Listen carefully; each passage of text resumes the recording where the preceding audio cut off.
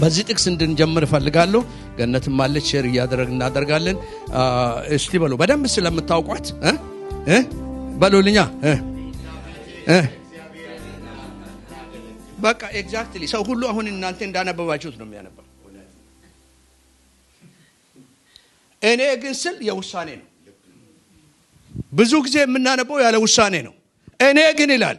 ሌሎች አሉ በቃ ሌሎች የሚያደርጉት ነገር አለ፣ ሌሎች የሚሆኑት ነገር አለ፣ ሌሎች የሚሰሩት ነገር አለ። እኔ ግን አለ ራስን የሚለይ ነገር ነው። እኔ ግን በሉሲ በቃ እጃችሁን አንሱና እኔ ግን በሉሲ እንደ ባል እኔን ግን ነው፣ እንደ ምስት እኔ ግን በሉሲ በቃ ሌላ ጉዳይ አይደለም፣ ሌላ አይደለም የሚገዛኝ የእግዚአብሔር ሐሳብ፣ የእግዚአብሔር ፈቃድ፣ የእግዚአብሔር ዓላማ። እኔ ግን አለና አንድ ነገር አለ። ምንድነው? እኔና ቤቴ ምን እናደርጋለን? በቃ አለቀ። ትዳር ወደዛ ነው የምወስደን፣ ወደ ማምለክ ነው። በቃ ትዳር እውነተኛ ጤና ቤት በጤነኛ በሆነ ትዳር ውስጥ ያለው ነገር ገንዘብ አይደለም፣ ክብር አይደለም፣ አምልኮ ነው ያለው። በቃ መዓዛ አለ፣ ሽታ አለ፣ እግዚአብሔር የሚያሸተው ነገር አለ።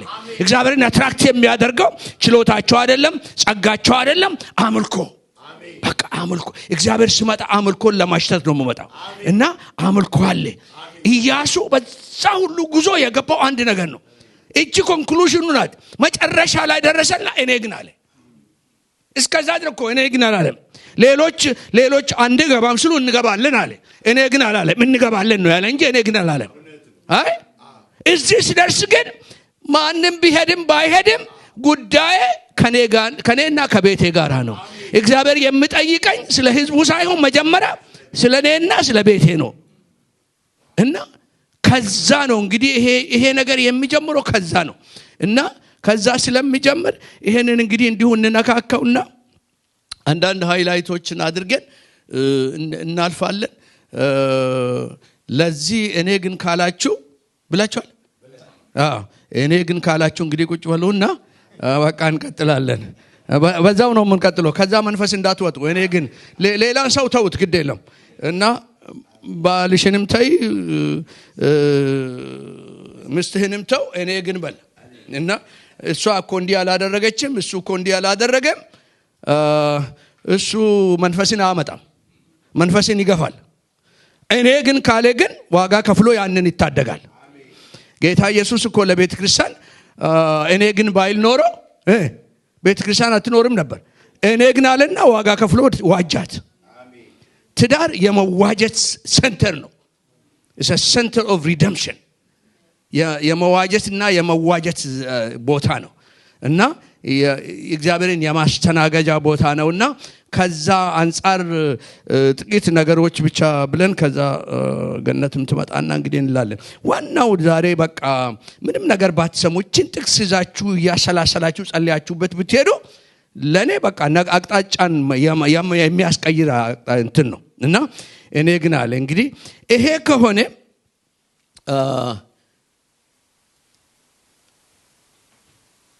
እስቲ በልልኝ ንካውስ ይቀይር እንደሆነ። አዎ እንግዲህ ይሄው አሁን እንግዲህ የትዳር መሰረት ማወቅ እና እነዚህ ሶስቱን ነገሮች ይዛችሁ በዚህ አመት ከዚህ በቃ ለጥፉ። ወይም እንትናችሁ ላይ ወይም ምንድነው ይሄ ፍሪዘራችሁ ላይ ለጥፉት አንድ ነገር በቃ እነዚህ ኮር ነገሮች ለመሰብሰብ ያህል ከጊዜው አንፃር ለመሰብሰብ ያህል እቺ ናት። በህይወቴ ምን አደርጋለሁ በሉልኛ። በህይወት በቃ እኔ ግን ካላልክ ልታመልክ አትችልም። ያለ ውሳኔ ማምለክ አይቻልም። እና ያለ ውሳኔ መዘመር ይቻላል፣ ያለ ውሳኔ ግን ማምለክ አይቻልም። ከኔ ጋር ነች? አዎ ያለ ውሳኔ ቤተክርስቲያን መሄድ ይቻላል፣ ብዙ ነገር ማድረግ ይቻላል። ግን ያለ ውሳኔ እግዚአብሔርን ማምለክ አይቻልም። እና እኔ ግን በቤቴ አመልከዋለሁ። በቃ ነገሩ የሚጀምረው ከዛ ነው፣ ከምንም አይደለም። እኔ ግን በህይወቴ አመልከዋለሁ፣ በቤቴስ አከብረዋለሁ። አምልኮ ምንድነው የሚያመጣው? እግዚአብሔርን ማክበርና እግዚአብሔርን መፍራት ወደ ቤት ያመጣል። እግዚአብሔርን ስናመልከው ፍርሃ እግዚአብሔር አትሞስፌሩን ይቆጣጠራል፣ አትሞስፌሩን ይገዛል። ባል እግዚአብሔርን ማምለክ ሲጀምር በቃ የአትሞስፌሩን እግዚአብሔር ይገዛለታል። አትሞስፌር ስለሚገዛ ምን ይመጣል? እና እግዚአብሔርን ማክበር፣ እግዚአብሔርን መፍራት እና እግዚአብሔርን የሚፈራ ሰው መዝሙረ ዳዊት 127 አንድ ሰው ያንብብልኝ። እግዚአብሔርን የሚፈራ ሰው ብሎ እንዴት ነው የምለው? 127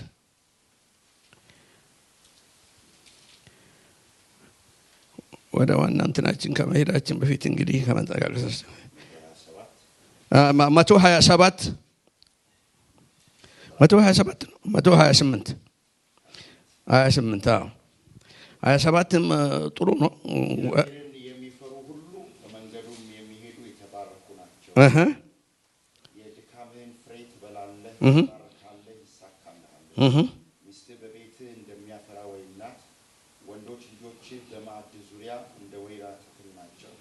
እነሆ እግዚአብሔርን የሚፈራ ሰው እንዲህ ይባረካል። እግዚአብሔር ከጽዮን ይባርክህ፣ በሕይወት ዘመን ሁሉ የኢየሩሳሌምን ብልጽግና ያሳይህ፣ የልጅ ልጅ ለማየት ያብቃህ፣ በእስራኤል ላይ ሰላም ያውርድ። እግዚአብሔርን የሚፈራ ሰው ምን ይሆናል? እንዲህ በረከቱ ስለምንድን ነው ያወራው? ስለ ገንዘብ አወራ፣ ስለ አገልግሎት አወራ፣ ስለ ትዳር ነው የሚያወራው። ስለምንም ነገር አላወራም፣ ስለ ትዳር ነው ያወራው። እግዚአብሔርን የሚፈራ ሰው እንዲባረካልና ከዛ እሱ ቁጥሩ የድካምህን ፍሬ ትበላለህ፣ ትባረካለህ። ቁጥር 3 ሚስት በቤት እንደሚያፈራ ወይን ናት። ስለ ትዳር ነው የሚያወራው። ልጆችን በማዕድ ዙሪያ እንደሚያፈራ እንደ ወይራ ተክል ናቸው ይላል። እነሆ እግዚአብሔርን የሚፈራ ሰው እንደዚህ የማያቋርጥ ልምላሜ ያለ ማለት ነው። የማያቋርጥ የማይደርቅ ክረምትንና በጋ የማይፈራረቅበት ኮንሲስተንስ የሆነ ልምላሜና መዓዛ አለ ማለት ነው። ምን ለሚሆን ሰው? እግዚአብሔርን የምንፈራው በስራችን ታማኝ ስንሆን አይደለም፣ በትዳራችን ታማኞች ስንሆን ነው።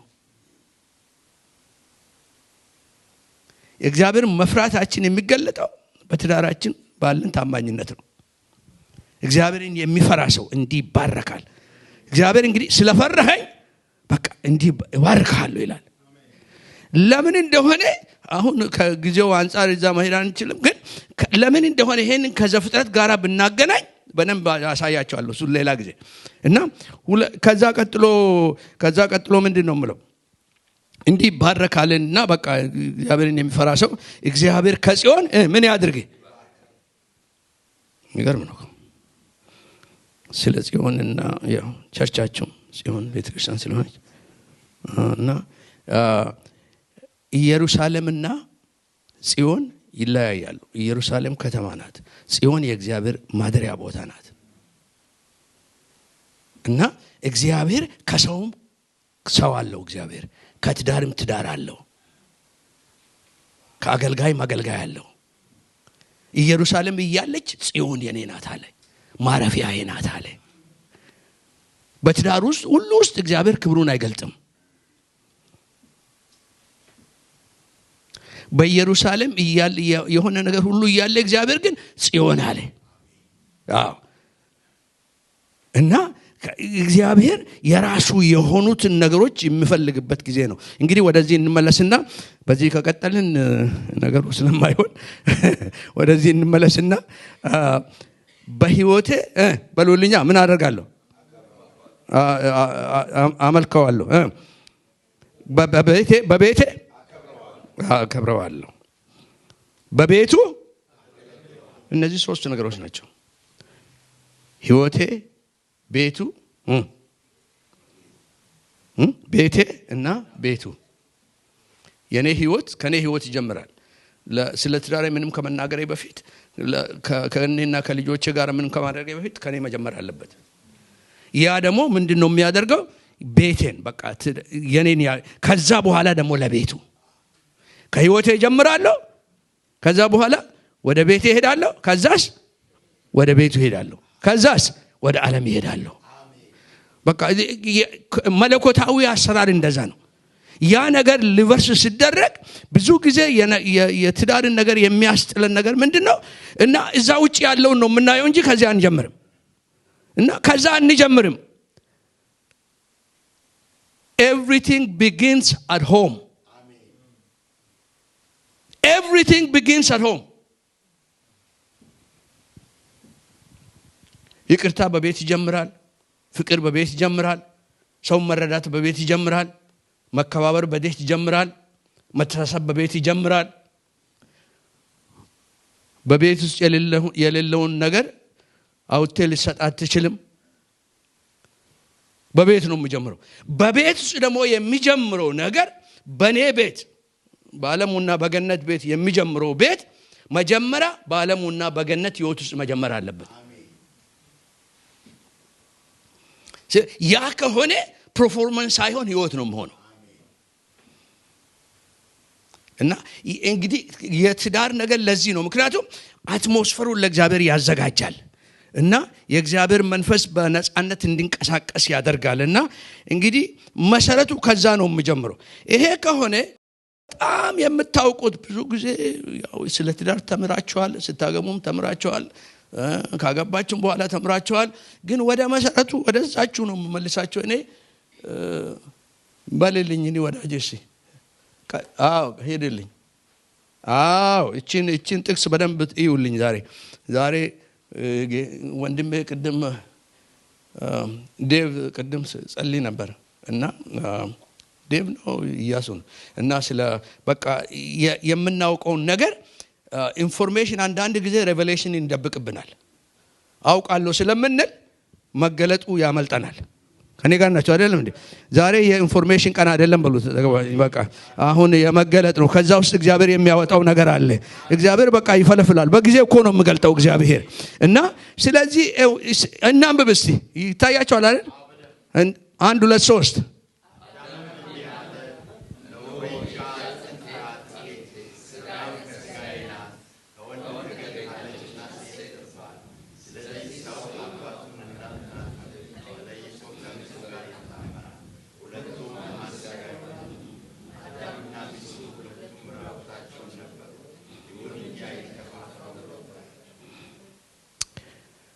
በቃ እቺን ጠቅላላ በዓለም ዙሪያ ይሄ አሁን እኛ እዚህ ያለን ብቻ አይደለም። ጠቅላላ በዓለም ዙሪያ ክርስቲያኖች በሙሉ የትዳር ችግር እቺን ጥቅስ ያለ መረዳት ብቻ ነው።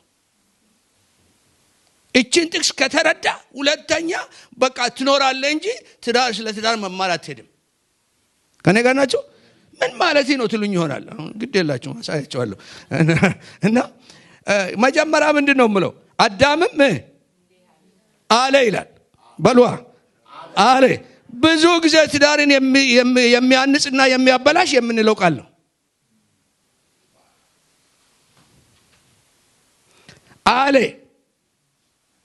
አለ ምን ትላለህ ለሚስት? ምን ትላለህ ለባል? ምን ትያለሽ ለባልሽ? አለ በቃ አለ። አንዳንድ ጊዜ የምንለው ነገር በአንደበታችን ብቻ እኮ አይደለም፣ በውስጣችን እንላለን። ለሰው ሳንናገር ምን ታወራለህ? ምንድነው የምታወራ ትለኛለች አንዳንድ ጊዜ ገኔ። እና እኔ ከጌታ ጋር እየተነጋገርኩ ስለሷ አይደለም ብዙ ጊዜ የማወራው ግን እና ከጌታ ጋር ምንድነው የምታወራ ትለኛለች። እየጸለይኩ ነው እላታለሁ። እና ምክንያቱም ከራሳችን ጋር የምንነጋገረው ነገር አለ። እና ስለ ትዳሪ ምን ትላለህ ከጌታ ጋር? ሁሉ ጊዜ ምን እንዲህ እኮ ማድረግ ነበረባት፣ እንዲህ እኮ ማድረግ ነበረበት፣ እንዲህ እኮ መሆን ነበረበት፣ እንደዛ እኮ መሆን ነበረበት። ያንኑ ነው የምትኖረው። ምክንያቱም ያንን ነው እያልክ ያለው። ያንን ነው እያልሽ ያለሽ። ያንኑ ነው የምንኖረው። what are you saying? አዳምም አለ በቃ። ስለዚህ ቆይ መጀመሪያ አሁን የተጋባችሁ ባልና ሚስት እዚህ አላችሁና መጀመሪያ ማግባታችሁን ያወቃችሁት መቼ ነው?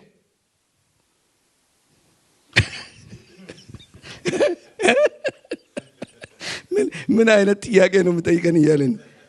ሲምፕል ጥያቄ ነው። መቼ ነው በቃ አሁን አግብቻለሁ ያላችሁት መቼ ነው? ሃኒሙን በሄዳችሁ ጊዜ አይደለም። መቼ ነው? በዛ ላይ ሆናችሁ አይዱ ስትሉ ነው አይደል? ካለ እኮ ነው አይደል? እሱ ሳትሉ እኮ የለም። አዎ ከኔ ጋር ናቸው። በጣም መንፈሳዊ ያደረጋችሁትን ወደ ምድር ላውርደው።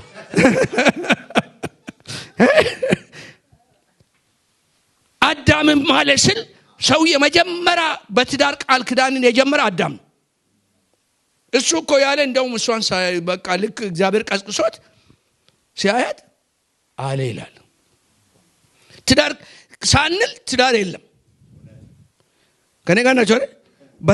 በቃል ኪዳን ነው ያገባችሁ አይደል? እስቲ በቃል ኪዳን ያገባችሁ እጆቻችሁን አሳይ። ጌታ እግዚአብሔር ይባርካችሁ። ጎሽ ያለበለዚያ ዛሬ ቃል ኪዳን እናስገባችኋለን። ይኸውላችሁ እንግዲህ ችግሩ ምንድነው በትዳር ውስጥ መሰላችሁ? አሁን የትዳር መጥፎና ጥሩ አይደለም። አበሾች መካከል የትዳር እንትን አድርገናል። ብዙ ቦታ አይመጡም። ለምን መሰላችሁ አበሻ የማይመጣው? የትዳር እኔ ችግር አለብኝ ብሎ ሰው እንዲያስብ አልፈልግም። ኖ ለችግር አይደለም የምንማረው፣ ችግር እንዳይመጣ ነው የምንማረው።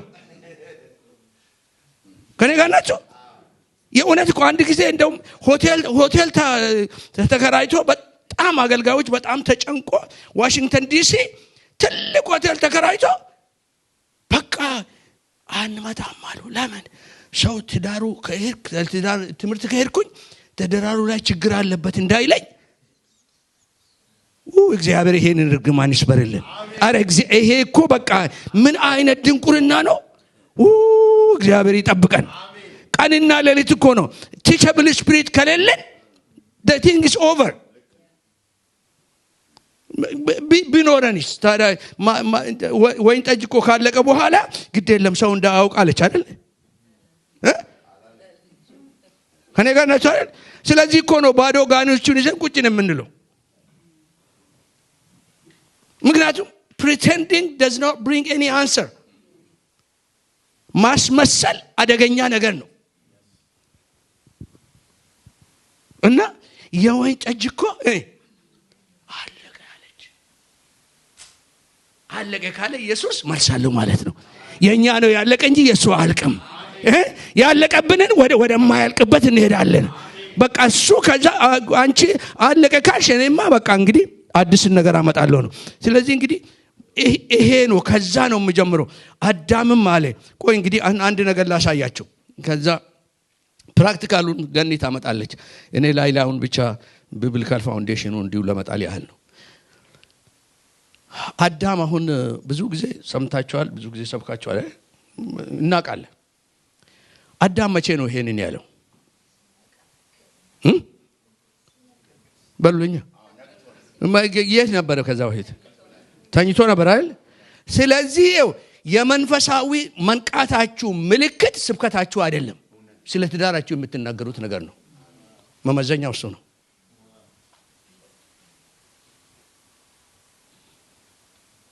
ሰው እውነት ከነቃ መንፈሳዊ ንቃት በውስጡ ካለ መጀመሪያ የምትጠነቀቀው ለቃል ኪዳኑ ነው። ለቃል ኪዳኑ የማይጠነቀቅ እግዚአብሔር ለምስ የማትጠነቀቅ ከሆነ እግዚአብሔር ቤቱን ለምን ላንተ ይሰጣል? የሱም ምስት የሱም ሙሽሪት ነገር የሚጀምር ለዚህ ነው። በቤቴ የምንለው ነገር በህይወቴ አመልከዋለሁ፣ በቤቴ አከብረዋለሁ። ከዛ እንግዲህ ከዛ ነው በቃ ልክ ስነቃ አለ ይላል የመንፈሳዊ መንቃት። አሁን ብዙ ጊዜ ጠዋት ተነስተን እንጸልያለን፣ በእንትን ምን ጸልያለን። መጀመሪያ እግዚአብሔርን ካመሰገናችሁ በኋላ ስለ ቢዝነሳችሁ ስለ አገልግሎታችሁ መጸለይ የምትጀምሩ ከሆነ you already ዲቫይን የሆነ ፕሪንሲፕልን አበላሽታችሁታል። መጀመሪያ መጸለይ ያለባችሁ ስለ ቤታችሁ ነው፣ ስለ ትዳራችሁ ነው። በቤቴ ከዛ በኋላ በቤቱ ህይወቴ አመልከዋለሁ፣ በቤቴ አከብረዋለሁ፣ ከዛ በኋላ በቤቱ አገለግለዋለሁ።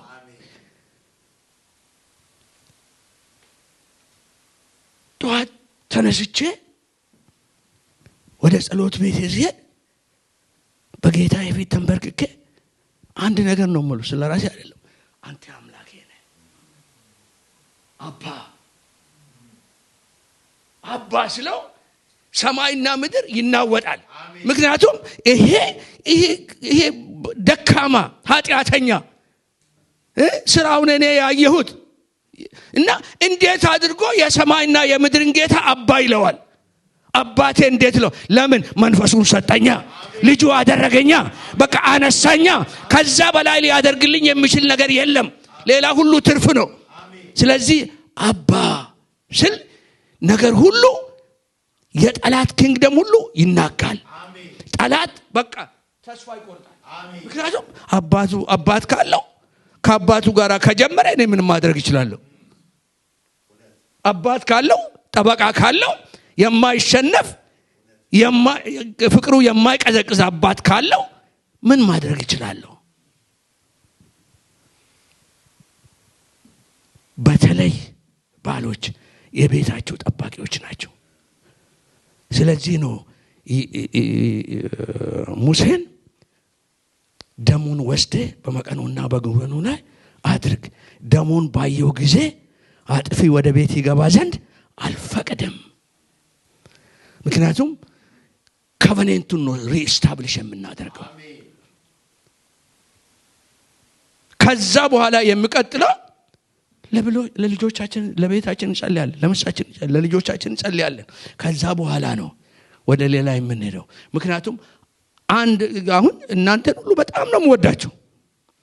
ምንም ጸጉርህም ቢያልቅ በጣም ወዳለሁ። ብኖርህ ጥሩ ነበር። ግን ምን መሰላችሁ? አይ ሪስፔክት አይ ላቭ ፒፕል። ግን አካሌ የሆነች አንድ ብቻ ናት። እኔ ጋር ነው በቃ አካሌ የሆነች እሷ ናት። ለሷ የማላስብ ከሆነ ለአንተ እንዴት አስባለሁ? እና እሷን እንደራሴ የማልወድ ከሆነ የማገለግለውን የእግዚአብሔርን ሕዝብ ወዳቸዋለሁ ብል ማስመሰል እንጂ እውነት አይደለም። ምክንያቱም ነገር ሁሉ የሚጀምረው ከቤት ነው፣ ከዛ ነው፣ ከትዳር ነው። ስለዚህ ነው ትዳር ጤነኛ ሲሆን ነገር ሁሉ ጤነኛ የሚሆነው። እንግዲህ አዳምም አለ እኔ ጋር ነበር። አዳሞች አላችሁ ይኸውላችሁ፣ አዳም አለ የምለው ቃል ኪዳን አይደል እንዴ? እና ቃል ኪዳን የገባ ነው መቼ ነው? በጋብቻችን በሉልኛ ቶሎ በጋብቻችን ቀን ነው። ለስንት ጊዜ ነው ቃል ኪዳኑን ያደረግነው? ስለዚህ በቃ ያን ቀን አሁን ቃል ኪዳን አግብቻለሁ ምስቴ ናት። ማንም ሰው በቃ የሰው ምስ ወሰድክ አይለኝም። በቃ አሁን በቃል ኪዳን አግብቻታለሁ። አንዳንድ ጊዜ ገኒ እንዲህ ስትለኝ እኔ እኮ 500 ሰው አስቀምጬ ነው ያገባሁሽ እላታለሁ ስቀልድባት። እሱ እንዳለ ሆኖ ግን ያ ቃል ኪዳን የእግዚአብሔር ቃል ኪዳን ለስንት ጊዜ ነው? ኧረ በሉልኛ። ቃል ኪዳን ይጀምራል እንጂ አያልቅም። We start with the covenant, we live by that covenant. ብዙ ጊዜ ትዳር ውስጥ የሚያስቸግረው እሱ ነው። በቃል ኪዳን እንጀምርና እሱን አስቀምጠን የት እንዳለ ምን እንዳለ እንኳን አናሳውስም አይደል? እንደዚህ የትዳር ምናምን ካልሆነ በስተቀር ትዝም አይለንም። ኖ ኢየሱስ አሁን እንደዛ ቢያደርግ፣ ስለዚህ ይኸውላችሁ የጌታን ራት ትወስዳላችሁ አይደል? እዚህ እና በስንት ጊዜ ነው የምትወጡ? በወር አንዴ ትወስዳላችሁ አይደል? ጌታ ኢየሱስ ጸጋውን ያብዛላችሁ። እኔ እኮ አሁን ልማድ እንዳይሆን ስለሚፈራ ነው እንጂ በየቀኑ የጌታን ራት ወስድ ኮቨነንት ነው። የአዲስ ኪዳን ደሜ ይህ ነው። ኮቨነንት ነው። በቃ ይሄ የማያቋርጥ ኮቨነንት ነው። ኢተርናል ኮቨነንት ነው። ያለሱ መኖር አንችልም። ያለ ኮቨነንት መኖር አንችልም። ስለዚህ የምንኖረው በሌላ ነገር አይደለም፣ በመናገኘው በሆነልን ባልሆነልን አይደለም፣ በኮቨነንት ነው የምንኖረው። ትዳርን የሚያኖረው የእግዚአብሔር ኮቨነንት ነው። እኛ እንደ ባሎች እንደ ሚስቶች የምንኖረው በኮቨነንት ነው።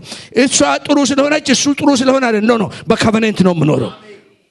እኔ የቃል ኪዳን ሰው ነኝ። ስለዚህ በየዕለቱ ቃል ኪዳናችንን ማስታወስ አለብን። ምንድነው ያልኩት? ለእግዚአብሔር ምንድነው ያልኩት? በእግዚአብሔር ሕዝብ ፊት ምንድነው ያልኩት? በቃ ቃል ኪዳኔ ነው የሚያኖረኝ። ቃል ኪዳን እስራኤላውያን ነገ እሱን እንመለከታለን በመልእክት ጊዜ እና እስራኤላውያን እንትና ስከሳቸው ነብዩ ምን አላቸው?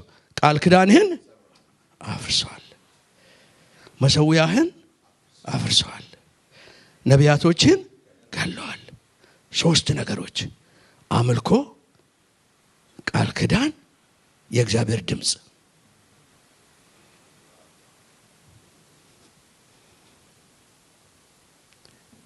ያ ከሌለ ሁሉ ነገር ሄዷል።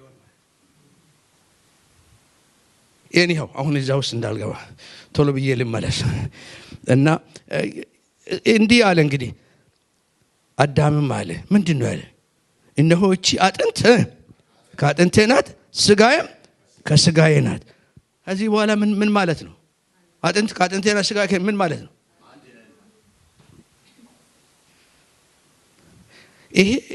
ይሄ በቃ በተለይ ለኛ ካልቸር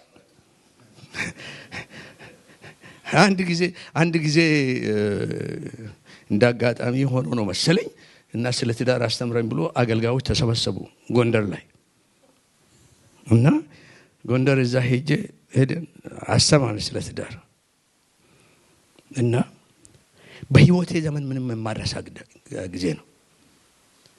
ወንዶች እኔ ያው ታውቃላችሁ ካልቸራችን በተለይ የሰሜኑ ካልቸር ጠንካራ ነው እና ወንድ አያለቅስም። ወንድ እንደ ሴት እንደ ጀግና ነው የምንታወቀው በጀግንነት ነው። ወንዶች ሲያለቅሱ እንደ በዘመኔ አይቻላቅም እንደዚህ ፈራው። እኔ እንደውም በቃ የምሞቱ ነው የመሰለኝ። ምንድነው ያደረ ምን ማድረግ እኮ አለንም። ወደ እቺን አሳየዋቸው። where is your covenant? እነሱ ካልቸሩን ነው ያዩት እንጂ ቃል ኪዳኑን አላዩትም።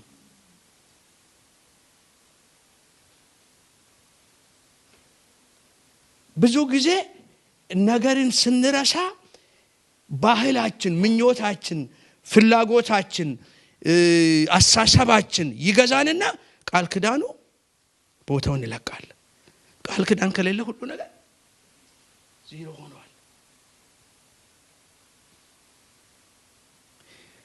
ኤኒሆ እንግዲህ ልመለስ ወደዚህ።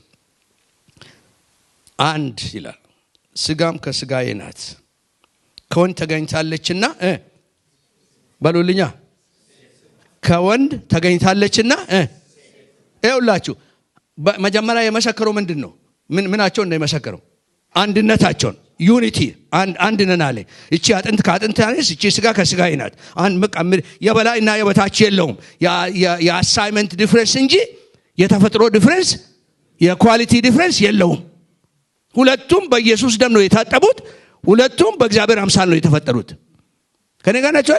አዎ ይሄ ስታብሊሽድ ከሆነ በኋላ የሚያስፈልገው ነገር አለ።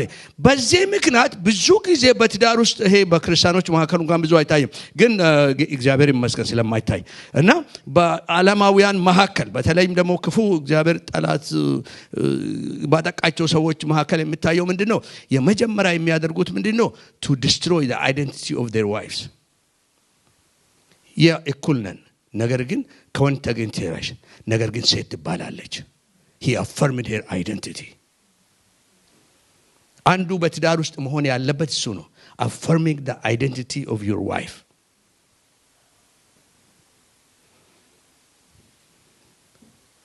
ትባላለች። yes ከአንድ ነው ከኔ ነው የወጣችው አንድ ነን።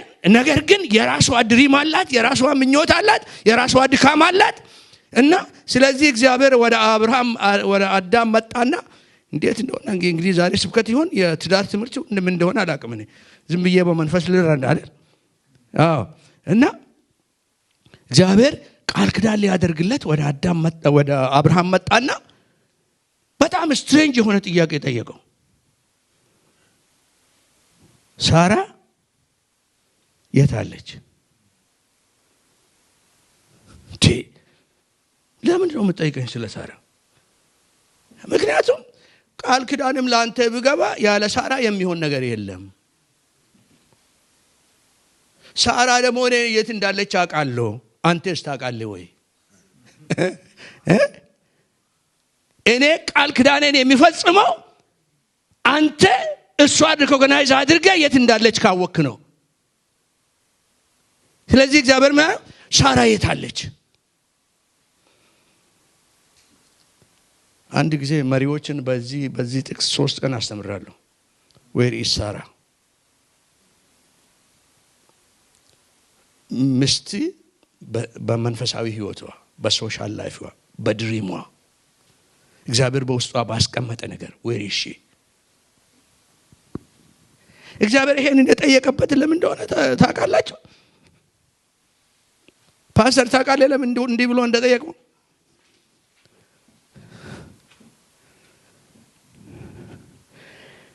አብርሃም አንድ ጊዜ ኮምፕሌን አደረገ እና ልጅም የለኝም ተባረክ ትለኛለህ፣ ይሄን ትለኛለህ፣ ግን ልጅ እንኳን አልሰጠም፣ የሚወርሰኝ የቤቴ አገልጋይ ነው አለው።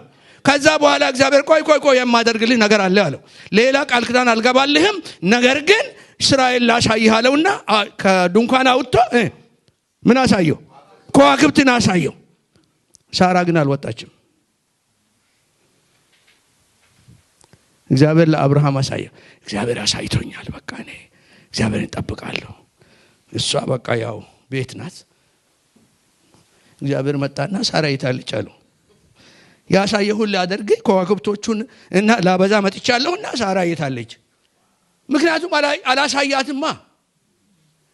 የኔ አገልግሎት፣ የኔ ሚኒስትሪ፣ የኔ ቢዝነስ what about here?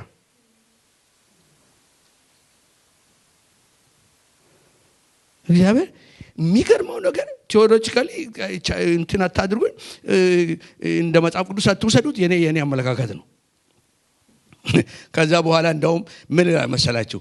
መጨረሻ ላይ ምዕራፍ 21 ላይ እግዚአብሔርም እንደተናገረ ሳራን እንዴት ነው ሽፍት ያደረገው? what happened? ለአብርሃም ነው የተናገረው አይደል? ሳራ የታለች ሲል ድንኳን ውስጥ ናት አለ። ድንኳን ውስጥ አልወጣችም። አንተም ባታወጣት እኔ ግን አወጣታለሁ አለ እግዚአብሔር። ባንተ ያደረኩትን እሷን ቦታ ስላላት ይሄው በቃ እሷንም በዚህ ይሸልማታለሁ አለ እግዚአብሔር። ስለዚህ እግዚአብሔር እንደተናገረ አብርሃምን አሰበ አይልም። በሉልኛ ሰው ብቻ ወንድ ብቻውን አይወልድም በሉት አጠገባቸው ያለው ሰው። ሴትም ብቻውን አትወልድም። ስለዚህ እግዚአብሔር ተስፋ የሰጣችሁ ነገር ካለ is in unity። አሜን። በአንድነት ከቆማችሁ የሚያቅታችሁ የለም የተባለው ለዚህ ነው። አሜን። ትዳር እንዲሁ መከባበር ሳይሆን the covenant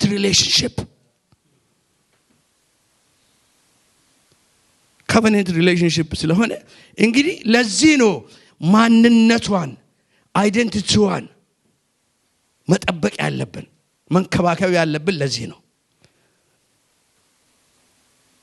እንግዲህ ስለዚህ ዛሬ ማታ ገብታችሁ አንዳንዶቻችሁ ሳራን ከድንኳን ማውጣት ይኖርባችሁ ይሆናል። አሳዩዋት እንጂ እግዚአብሔር እንዲህ ያለኝ ሳይሆን ምን ታያለሽ በሏት። እዚህ ምንድነው? እና ድንኳኑን ዞር አድርጉላትና እስቲ ደህና ነች። አይ ጥሩ አባት ሆኜ ለማቀጠል ስለሚፈልግ ዝም ልበል እንጂ እንግዲህ ስለዚህ እኮ ነው እንግዲህ አንድ ማታ ይወቃል ብሎ 3 ቀን ከመሆን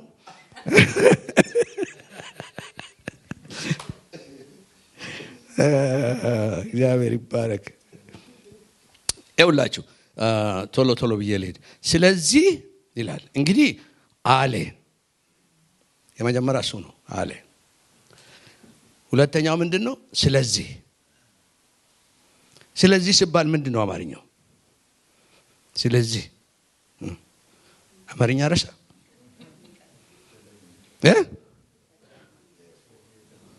ከማን ተወክተ ስለዚህ ስል ተጨማሪ ከማለቱ በፊት ስለዚህ ስል ኦሬዲ የሆነ ነገር አለ አይደለም እንዴ?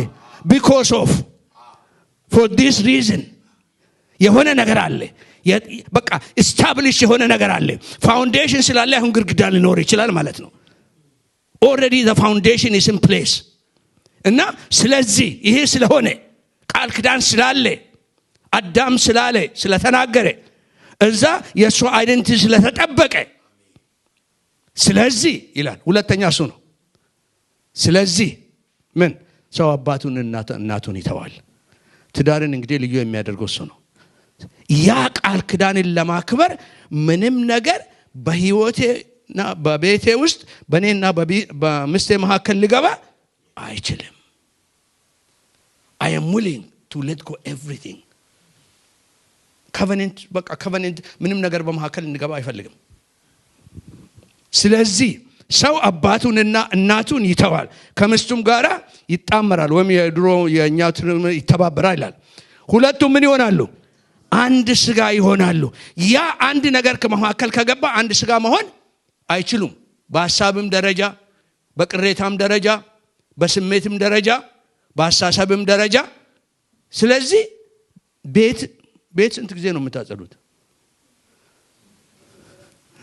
once in a while አጽድተህ ታውቃለህ ወይስ ሲያጸዱ ነው የምትመለከተው ሱፐርቫይዘር ነው በቃ ምስክርነት እንግዲህ ምስክርነት አግኝተሃል ስለዚህ አያችሁ የራሳ ወንበራችንን ዴስካችንን የምናጸደውን ያህል ትዳራችንን እናጸደው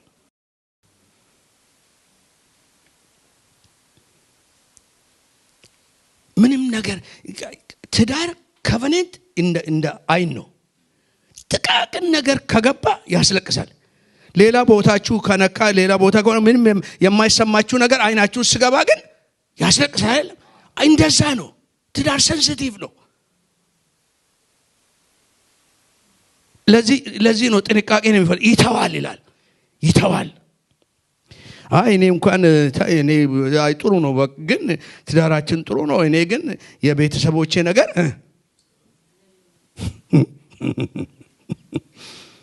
የእናቴ ነገር የአባቴ ነገር እንዴ ታዲያ እኮ እሱ አባት ወይም እናት ናት እንጂ እናቱን ይተዋል ይላል እንጂ ይጠላል አይልም ከኔ ጋር ናቸው መተውና መጥላት በጣም ልዩነት አለው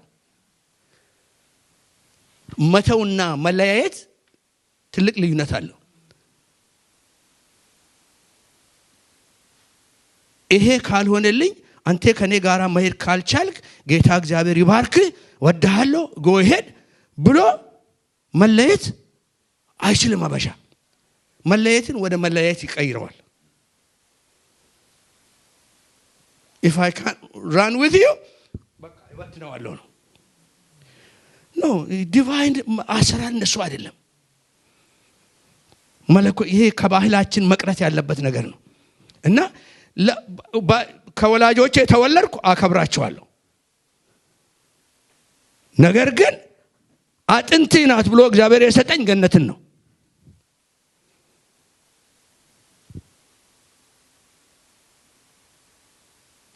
ለወላጆቼ አሁን የሉም ግን ብኖሩም ሁሉም ነገር ለሷ የምናገረው አልናገርም እነሱ ወላጆቼ ናቸው እሷ ግን ሚስቴ ናት እሷ አካሌ ናት እሷ አጥንቴ ናት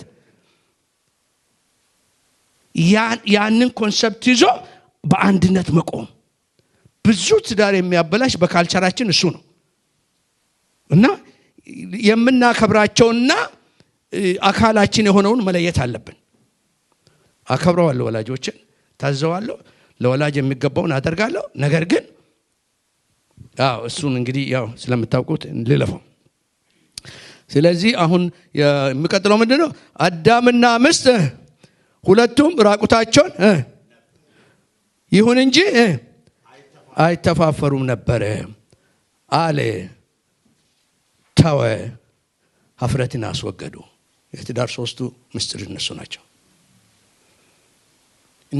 እነዛ ነገሮች ከተጠበቁ በቃ እላለሁ ምንድነው የምትለው እተዋለሁ ምንድነው የምትተው እና ምንም ነገር የሚያሳፍርን ነገር በመሐከል አላስገባም የቤቴን በር የትዳሬን በር ምን አደርጋለሁ እጠብቃለሁ and the protector of my house ያ ከሆነ እንግዲህ ጤነኛ ነገር ሊሆን ይችላልና ቶሎ ቶሎ አሁን ወደ ፕራክቲካል ነገር ገን መጣሽር ታደርጋለች ወደ ፕራክቲካል ነገር እንለውጣ ስለዚህ እንደዚህ ከሆነ እንግዲህ በትዳር ውስጥ እነዚህ መሰረታዊ የሆኑ ነገሮች እነዚህ አራት ነገሮች ናቸው አንድነት ከእግዚአብሔር ጋር መጀመር እግዚአብሔርን መፍራትና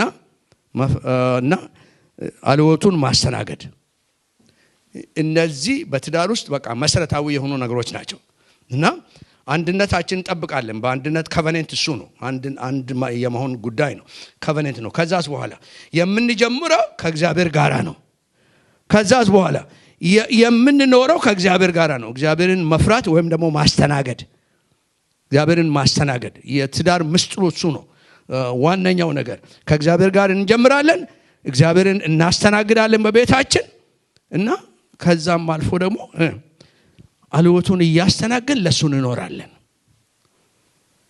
አልወቱን እያስተናገድ ለሱ እንኖራለን በዚህ እንግዲህ በዚህ ነው እንደዚህ ከሆነ በጣም አስፈላጊ የሆነ መረዳት ያለብን ነገር አለ ሲምፕሊፋይድ በሆነ መንገድ እስቲ ቀጥል ወደዛ ሄድልን go ahead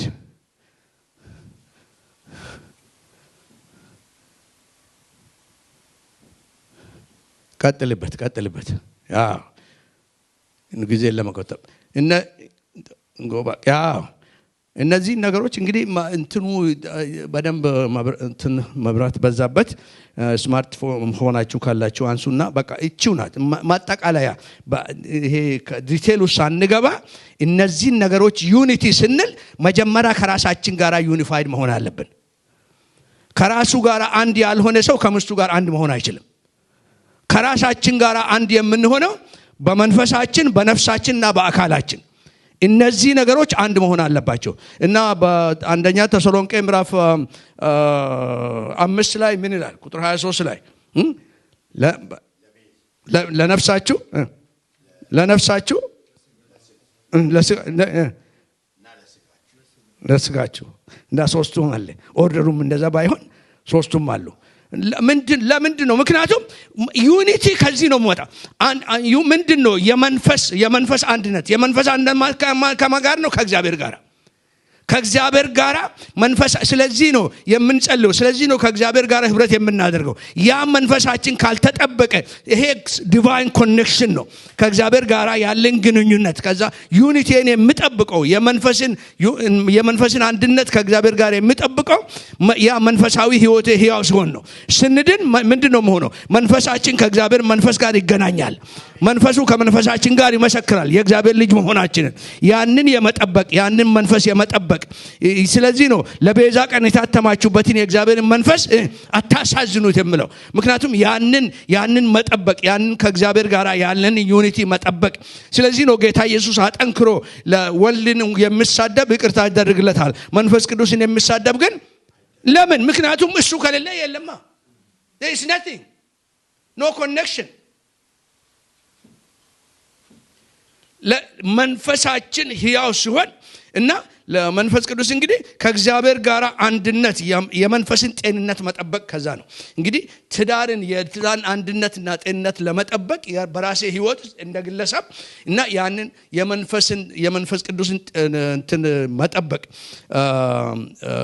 ለመንፈስ ቅዱስ ሴንሲቲቭ ሆኖ ያንን መጠበቅ ሁለተኛ ነፍስ ምንድነው ከራስ ጋራ ማንነትን ማወቅ ፈቃድ ዕውቀት ልምምድ እነዚህ ሁሉ ነፍስ ከነፍስ ጋር የተያያዙ ናቸው ፈቃድን መለየት እና እነዚህ ሁሉ ከነፍስ ጋር የተያያዙ ነገሮች ናቸው እዛው ዲቴል ውስጥ አንገባም አሁን ከጊዜው አንፃር እና ይሄንን በትክክል መጠበቅ ነፍሳችን ማለት ምንድነው ምለው ነፍሳችን ትድናለች አእምሮአችን ምን ይሆናል ይታደሳል ስለዚህ ነው የአእምሮ መታደስ የእግዚአብሔር ቃል ምንድነው በአእምሮአችሁ መንፈስ ታደሱ እንጂ ይሄን ዓለም አትምሰሉ እንደ ሌሎች እንደሚያስቡት አታስቡ እንደ ሲስተም አታስቡ እናንተ የተለያችሁ ናችሁ በአእምሮአችሁ መንፈስ ታደሱ ይላል የእግዚአብሔር ቃል ያድሰናል የእግዚአብሔር መንፈስ ያድሰናል ከእግዚአብሔር ጋር መገናኘት ያድሰናል እና የሌሎች ምክር መስማት ያድሰናል እና ስለዚህ ነው በቃ እርስ በርሳችሁ ተመካከሩ ይላል አይደለም ተወቃቀሱ ይላል ተመካከሩ ይላል እና ያንን ለዛ ሴንሲቲቭ ሆኖ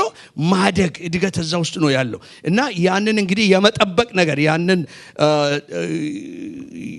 የመለወጥ የአእምሮአችን መለወጥ የአእምሮአችን መታደስ እና ይሄ ትክክለኛ ከሆነ ሶስተኛ አንዳንዶቹ እዚህ ላይ ነው ጊዜያቸውን የሚያጠፉት። ይሄ አካል ስጋ ስሜቶች 5 senses የምንላቸው አሉ አይደለም?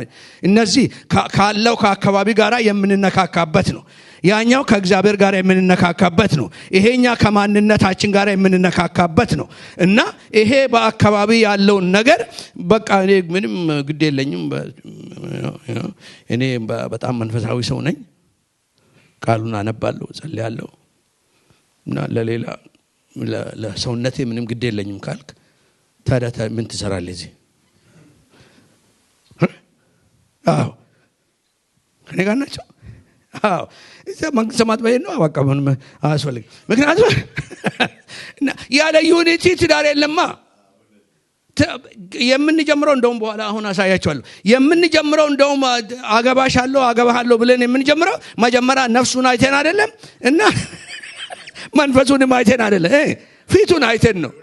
እና አሁን አበሻ አንዳንድ አሁን እዚህ እየኖራችሁ አንድ ቆንጆ ልጅ ስታዩ እቺ አበሻ ሳትሆን አትቀርም ትላላችሁ አይደል? አላላችሁ?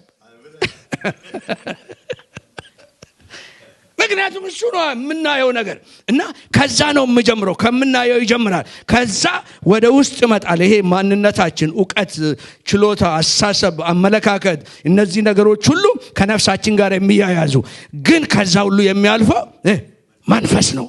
ከዛ ደግሞ እሱ ከዛ ያነሳና ከሰማይ ጋር ያገናኘናል።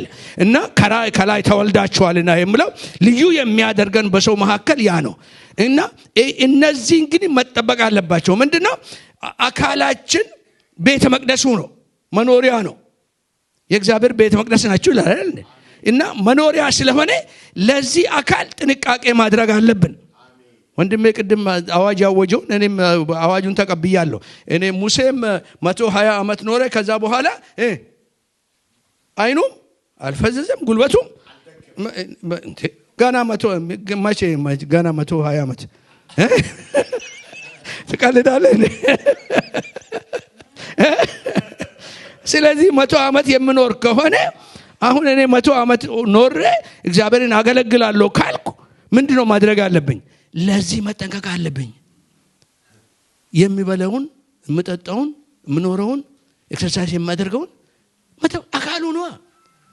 እና በቃ በጣም ስለሆንኩ ሳይሆን በጣም ጥሩ ሰው ነው። ይሄ የኔ አይደለም። በዋጋ ተገዝታችኋልና የራሳችሁ አይደላችሁ። የጌታ ቤተ መቅደስ ነው። አንዳንድ ጊዜ እኔ ብታይ ፒክቸር ምንድናቸው? እኔ በፒክቸር ነው የማየው ብዙ ነገር። በፒክቸር አሁን በብሉይ ኪዳን ውስጥ ካህኑ ቤተ መቅደስ ውስጥ እያገለገለ ቤተ መቅደስ በዚህ ሲፈርስ በዛ ሲፈርስ ዝም ብሎ ግድ የለኝም ብሎ ቢቀጥል ዲስኳሊፋይድ ይሆናል። እግዚአብሔር ከዛ አነሳና እናንተ የእግዚአብሔር ቤተ መቅደስ ናችሁ አለ። የኔ አይደለም፣ ይሄ በዋጋ ተገዝቻለሁ። የእግዚአብሔር መንፈስ ይኖርበታል። ስለዚህ ለዚህ ጥንቃቄ ማድረግ አለብኝ። ለዚህ አካል የኔ ስላልሆነ በዋጋ ስለተገዘ ጥንቃቄ ማድረግ አለብኝ። I need to pay attention። እና እሱን ማምለክ ማለት አይደለም። ጉበትንና ጤንነትን የሚያመልኩ አሉ። የማምለኩ ጉዳይ ሳይሆን ግን ጤነኛ ነገር፣ በትክክል የመያዝ ነገር፣ በትክክል ነገርን የማድረግ ነገር እና በጣም በጣም በጣም በጣም አስፈላጊ የሆነ ነገር ነው። እና ገኒ አንዳንዴ ትቆጣኛለች። በቃ ከትሪፕ መጥቼ አሁን ለወክ ሄዳለሁ እላታለሁ እና ምንድነው ለምን እረፍቱ እሱ ነው። ከዛ ወጥቼ 7 ማይልስ ወክ አድርጌ ስመጣ ለምን ትለኝ? ለምን በቃ ያኛው አሳይመንት ስለሆነ ጨርሻለሁ። ይሄኛ ደግሞ አካሉ ይጠብቅለታል ለጌታ። እና እኔ ወክ ሳደርግ የማደርገው ነገር አለ። አንደኛ ጤንነቴን እጠብቃለሁ። ሁለተኛ ያለ ኢንተረፕሽን ያለ ፎን ከአምላኬ ጋር እነጋገራለሁ። ኮሙኒኬሽን የምለኝን እሰማለሁ። አንዳንዴ ለመጻፍ ዳውንሎድ የማገኘው እዛ ነው። በቃ ኮሙኒኬት። ሁሉ ነገራችንን ነው የገዛ ጌታ። እና አንዱን ገዝቶ አንዱን አልተውም። ነፍሳችን፣ መንፈሳችን፣ ስጋችን ገዝቶታል ጌታ። እንዲያውም ደግሞ የምስራች ልንገራችሁ፣ ይሄ አልበቃ ብሎት ጌታ እና የከበረውን ስጋ አዘጋጅቶልናል። የከበረውን አካል አዘጋጅቶልናል። አካል ይኖረናል፣ ለዘላለም አካል ይኖረናል። ግን ይሄ የከበረ ይሄኛውን ለከበረ የምንደርስ ከሆነ ይሄኛውን መጠበቅ ይኖርብናል በትክክል። ምክንያቱም ለምድር ነው የተሰጠው። የምድር ፈቃዱን ለማድረግ ይሄንን መጠበቅ አለብን። ቶሎ ብዬ ልሄድና እቺን አንድ ብቻ ጨምሬ ከዛ በልልኝ ወንድሜ ሄድልኝ።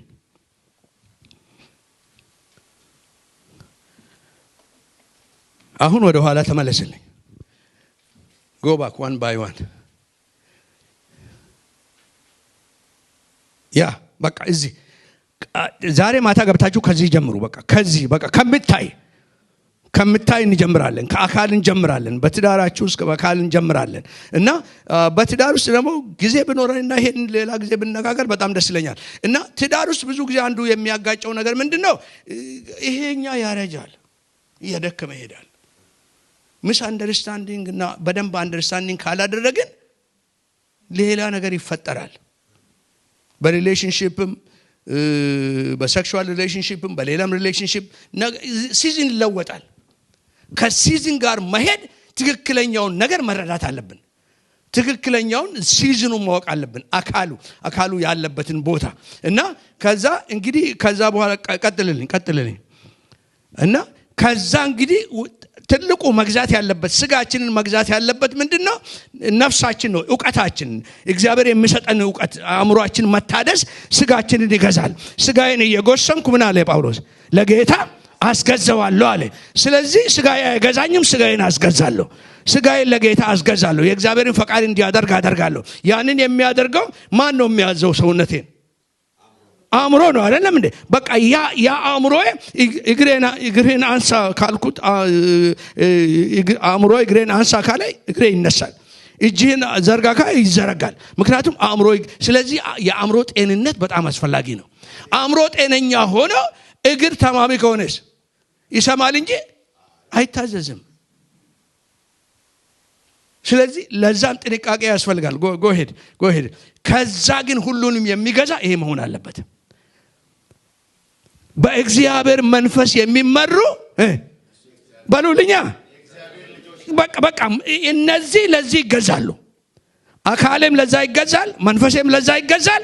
የሚመራኝ ምንድነው? የእግዚአብሔር መንፈስ። በምሪት እንወጣለን፣ በምሪት እንገባለን፣ እንሰማለን፣ እናዳምጣለን።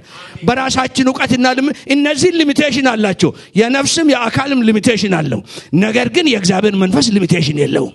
ስለዚህ ነው ከዕውቀታችን በላይ እና በቃ የእግዚአብሔር መንፈስ ሲመጣ በእግዚአብሔር ነገር ውስጥ ያስገባናል እና የእግዚአብሔር ነገር ደግሞ ሊሚቴሽን የለውም። አሜን። it takes us beyond እና ካወቅነው ከተለማመነው በለልኝ ቀጥልልኝ ሱት እንግዲህ ጎሄድ ጨመረ ከጊዜ አንፃር ዝም ብዬ እንትን ልበላቸው። አንድ one more yes እነዚህ አራቱ መሰረታዊ ነገሮች ናቸው። እነዚህ በፎቶ አንሱ whatever you want to do እና እነዚህ መሰረታዊ ነገሮች ናቸው። አንነጋገርባቸውም። ነገር ግን የጋብቻን ክብርነት ምንድነው? እና ባልና ሚስት ስለተጋቡ አይደለም፣ በእግዚአብሔር ስለተጀመረ። ጋብቻን ክቡር የሚያደርገው የሰው ሐሳብ ሳይሆን የማን ሐሳብ ነው? የእግዚአብሔር ሐሳብ ነው። መሰረቱ የተጀመረበት በቃ ፐርፐሱ እዛ ነው። እግዚአብሔር ነው የጀመረው። እግዚአብሔር ከጀመረ ከዛ ደግሞ የሚቀጥለው ንግ ነው። የሙላቱ ምንድነው? ጌታ ኢየሱስ ክርስቶስ በመጣ ጊዜ አብ መሰረተው፣ ወልድ ታደገው። የመጀመሪያ ተአምራቱ ነው ያደረገው። ዝም ብሎ እኮ አይደለም። እግዚአብሔር እኮ ዝም ብሎ እንዲሁ አያደርግም። ዲቫይን ፕላን ነው። ለምን? በትዳር ተጀምሮ የተበላሸውን እግዚአብሔር በትዳር አደሰው። ምንም ነገር ከማድረጉ በፊት አብ የጀመረውን ወልድ አደሰው እና ወልድ ያደሰው ያንን ምንድነው? ያ ወይን ጠጁ አልቆባቸው እዛ ትዳር ላይ ጌታ ኢየሱስ አሁን ተመልከቱ፣ ሁኔታውን ስትመለከቱ ልክ ተጠምቆ ከውሃ ወጥቶ የአብ ድምጽ መጥቶ የምወደው ልጄ ይህ ነው እርሱን ስሙት ካለ በኋላ የጥሪ ደብዳቤ መጣለት። የጥሪ ደብዳቤ ምንድነው? ጋብቻ ልንጋባ ነውና በሰርጋችን ላይ እንድትገኝልን። ማን ናችሁ እናንተ? ማን ነበር ስሙ? ሰውየው እንዴ ምን ነው ዘለ ነው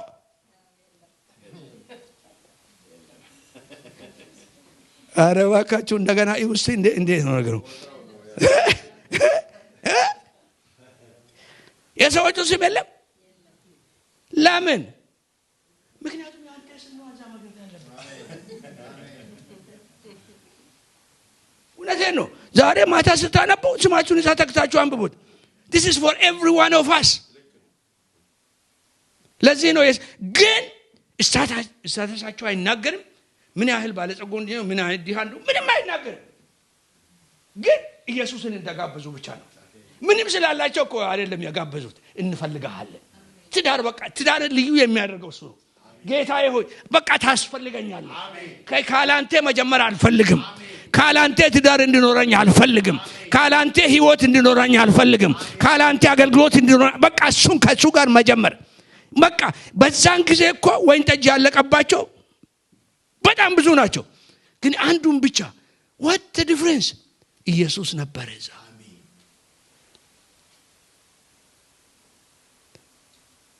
የወይን ጠጅ እኮ የላቸውም። ምን ማለት ነው? ወይን ጠጅ ለአይሁዶች is a sign of blessings።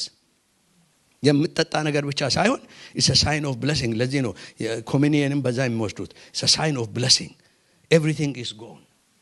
ጣዕም ያለው ነገር ሁሉ አልቋል። ወይን ሽታ አለው፣ ወይን መልክ አለው፣ ወይን ቴስት አለው። ሶስቱም ሄደዋል። ጋኖቹ ምንድናቸው? ባዶ ናቸው። ባዶ የሆኑት ደግሞ ውስጥ ያሉት ብቻ ሳይሆን በር ላይም ያሉት ጋኖች ባዶ ናቸው።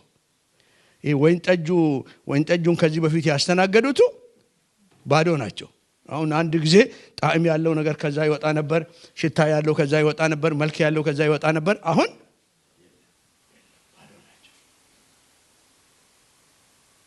እነዚህ ፈሪሳውያን ደግሞ ያው ታውቃላችሁ ጠባያቸውን። እኛ እኮ ተጣርተን ነው የመጣን ዝም ብለን አምጦን እንጠጣል ይላሉ። ሰውዬ ተጨንቋል። በሰርግ ቀን በቃ ሀፍረት ሸፍኖታል። ለዚህ ነው ኢየሱስ የመጣው። አሜን። ምንም ስላለ አይደለም። እኔ ካለው አፍሬ አትቀርም። አሜን። እኔ ካለው ባዶ ጋን አይሆንም። እኔ ካለው ቴስት የሌለው ነገር አይቀጥልም። አሜን። መልክ የሌለው ነገር አይቀጥልም። ሽታ የሌለው ነገር አይቀጥልም። አንድ ነገር ብቻ ነው ያለችው፣ የወይን ጠጅ እኮ ያላቸው። እዚህ መጣና እንዲህ አለ፣ ጊዜ አልደረሰም። አንዳንዶቻችሁ ተስፋ የቆረጣችሁት ጊዜ ስላልደረሰ ነው። አሁን ጊዜ ደርሷል። አይዟችሁ። አሜን። የእግዚአብሔር ታይሚንግ is always perfect። አሜን። 30 ደቂቃም እኮ ሊሞላ እንደሆነ አላውቅም። ለዛች ብሎ እኮ ሰዓት ያልደረሰም ማለት። ምክንያቱም እግዚአብሔር አንዳንድ ጊዜ እግዚአብሔር ዘገየብን እንላለን አይደል? በጣም ኃይለኛ እግዚአብሔርን መሳደብ ነው። እግዚአብሔር እንዴት ሊዘገይ ይችላል? ሲስተምን የፈጠረው ማን ነው? እንዴት ሊዘገይ ይችላል? እግዚአብሔር እኮ ስፕሊት ኦፍ ሰከንድ ከዘገየ ዩኒቨርስ ኮላፕስ ያደርጋል።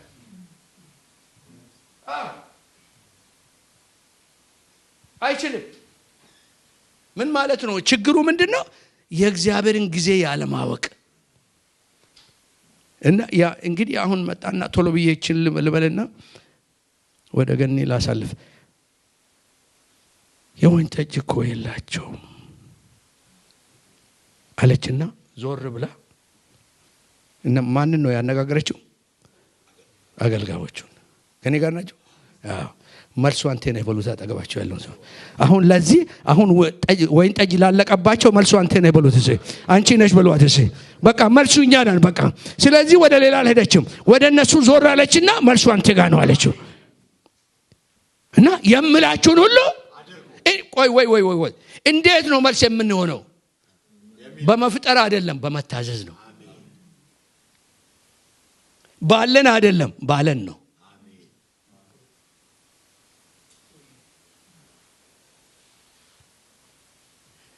የወይን ጠጅ እኮ የላቸውም ስትል ከዛ የምላችሁን ሁሉ በሉልኛ መልሱ እሱ ነው በለዋ። በቃ በትዳሬ ውስጥ የምለኝን ሁሉ አደርጋለሁ እሱ የምትሉ እጆቻችሁ በደንብ በደንብ ከፍ አድርጋ የምለኝን ሁሉ አደርጋለሁ በሉ። እሱ የምለኝን ሁሉ አደርጋለሁ። በቃ እሱ ነው ሀፍ አይደለም። የምለንን ካደረግን ነገር ታሪክ ይቀየራል። ታሪክ ይቀየራል። የምላችሁን ሁሉ አድርጉ። ከዛ ሄደና ጋኖችን በውሃ ፈጠን ቢል እሷ የጠየቀችው ምንድነው ያለችው? መታጠቢያ አልቆባቸዋል አላለችም። የምጠጣ አልቆባቸዋል ነው። እሱ ግን የምለው የመታጠቢያን ጋኖች ሙሉ ነው። ኮንፊውዚንግ ነው። የመታጠቢያ ጋኖች የት ነው ያሉት? ውጪ ነው። የመጠጫው የት ነው ያለው? ቤት ውስጥ ነው። አይሁዶች ብትሆኑ ይሄ እኔ በደንብ ነው በመርጋባቸው እንዴ ምንድነው እሷ ቆይ ማርያም ያለችው አልገባውም። ብዙዎቻችን እኮ አንድልም እንጂ በውስጣችን እንደዛ ነው። አልገባውም ጌታ የኔ ነገር አልገባውም እና እንጂ እኔ እኮ ያልኩት እና የወይን ጠጅ የለኝም መታጠቢያ አይደለም ያልኩት የምጠጣ የለኝም ነው ያልኩት። የምታጠብበት የለኝም አላልኩም። የምጠጣ የለኝም ነው ያልኩት። እሱ ግን ሲስተምን ለመለወጥ የነበረውን ለውጦ ለማምጣት ስለፈለገ አሁን ሄዳችሁ እነዛን ውጪ ያሉትን ጋኖች በሉልኛ መልእክት ነው ለእናንተ። አሁን ለቤተ ክርስቲያኑ መልእክት ነው። አሁን ትንቢት እየተናገርኩ ነው፣ እያስተማርኩ አይደለም። ያልጠበቁት ነገር ነው። አጀንዳቸው ላይ የሌለ ነገር ነው። ያለመዱት ነገር ነው። ከዛ በፊት ማንም ከእጅ መታጠቢያ ቦታ የጠጣ የለም። ስለዚህ አዲስን ነገር ለማድረግ ስለፈለገ ከሰው ነገር ጋር እንዲደባለቅ አልፈለገም። ነቢያቶች በብሉይ ኪዳን ውስጥ ምን አለሽ ብሎ ነው የሚጠይቁት አይደለም? ያንን ነው የሚያባዙት። ይሄኛ ግን አላባዛም፣ ፈጠረ እንጂ እና ጋኖችን በውሃ ሙሉአቸው አለ። እስከ አፉ ድረስ ሞሉት ይላል። ከዛ በኋላ ሰዎቹን ንገራቸውና ምን እንዲያደርጉ ታጥቦ ወደ ቤታቸው እንዲሄዱ። የሥርዓት ጋኖች ነበሩ፣ የእጅ መታጠቢያ ጋኖች ነበሩ። ወይን ጠጅ የሚቀርብበት አልነበረም። ከዛ ምን አለው? ቀርተ ለአሳዳሪው ስጥ። እነዚህ እንግዲህ እዛ ተቀጥሮ የሚሰሩ እኔ አላደርግም አንተ አድርግ እንጂ እኔ ይሄንን ካደረግኩ ያው ከስራ መሰናበቴ ስለሆነ ስራዬን ማጣት አልፈልግም። ለምን ከዛ ከእጅ መታጠቢያ ለእንግዳ አቀረበ ማለት ከኒማጅን እንዴ አይሁዶች እኮ እንደ አበሾች ናቸው። በጣም ኩራተኞች ናቸው በዛ ላይ እና እንዴት ተብሎ ግን እኮ ታሳውሳለህ ያለችው ማርያም እሱ የምላችሁን አድርጉ። ቢገባችሁም ባይገባችሁም ብትረዱም ባትረዱም obedience is an issue of faith.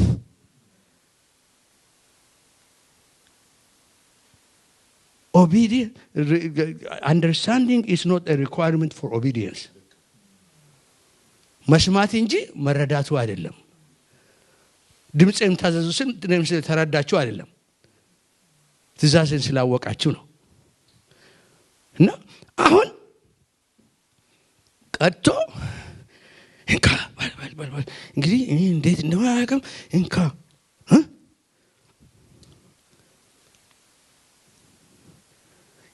ምን ያህል እንደፈሩ ተመልከቱ።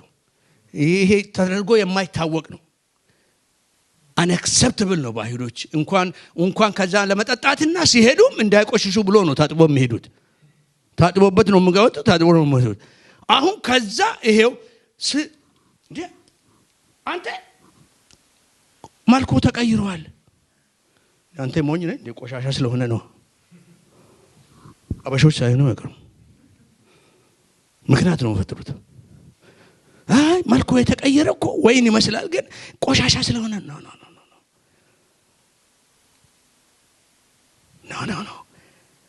ቃሉን ስናገር እንስራው ነጻ፣ የመታጠቢያ ከመሆን የመጠጫ ሆነ። እግዚአብሔር ሲሰራ ኮምፕሊት ስራ ነው የሚሰራው።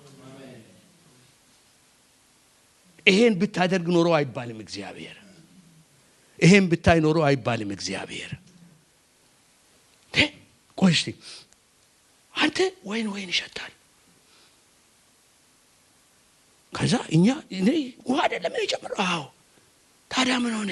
ተአምራት መቼ አናቅም። ስንታዘዝ ብቻ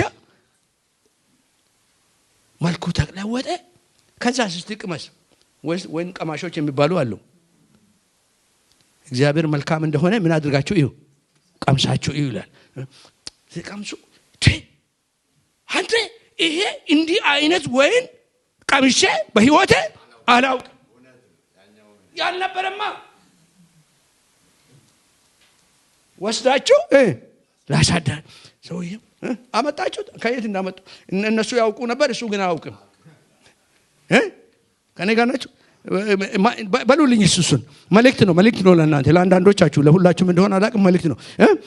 እነሱ አላወቁም። ማን ነው የሚያውቀው? አሳላፊዎቹ ግን ከዚህ በኋላ እግዚአብሔር የሚያደርገውን ታውቃለህ። የምታውቀው በመታዘዝ ነው። ታዘዝ ስታደርግ እግዚአብሔር እጅ እንደሆነች ታውቃለህ። አንተ እዛ ስትሆን የእግዚአብሔር እጅ እንደሆነች ታውቃለህ። ታዛቢ አያውቅም፣ ታዛዡ ግን ያውቃል። አሜን አሜን።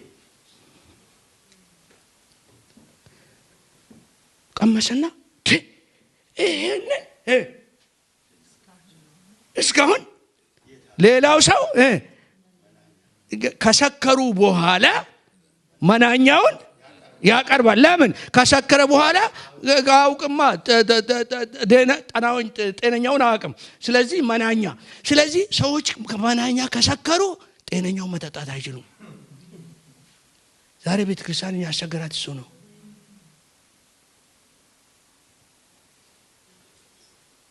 መናኛውን ለመንና ጤነኛውን መጠባበቅ አቃተን። መዝሙርን ለመንና አምልኮን መጠባበቅ አቃተን። ፕሮግራም ለመንና አልወቱን መፈለግ አቃተን።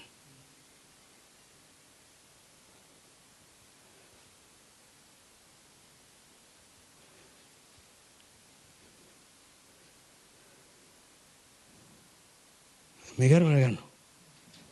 እኔ እዚህ እመጣለሁ ብዬ አላሰብኩም። እንዴት ሽፍቶኜ እንደመጣሁ አላውቅም። ለማንኛውም ወይን ጠጅ የሚያስፈልጋቸው ሰዎች አላቸው።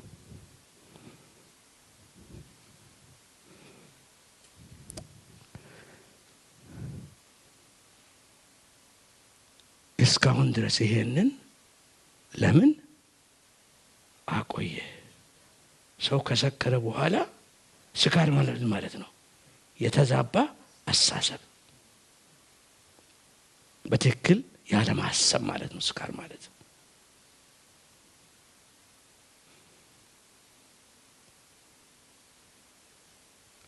ከዛ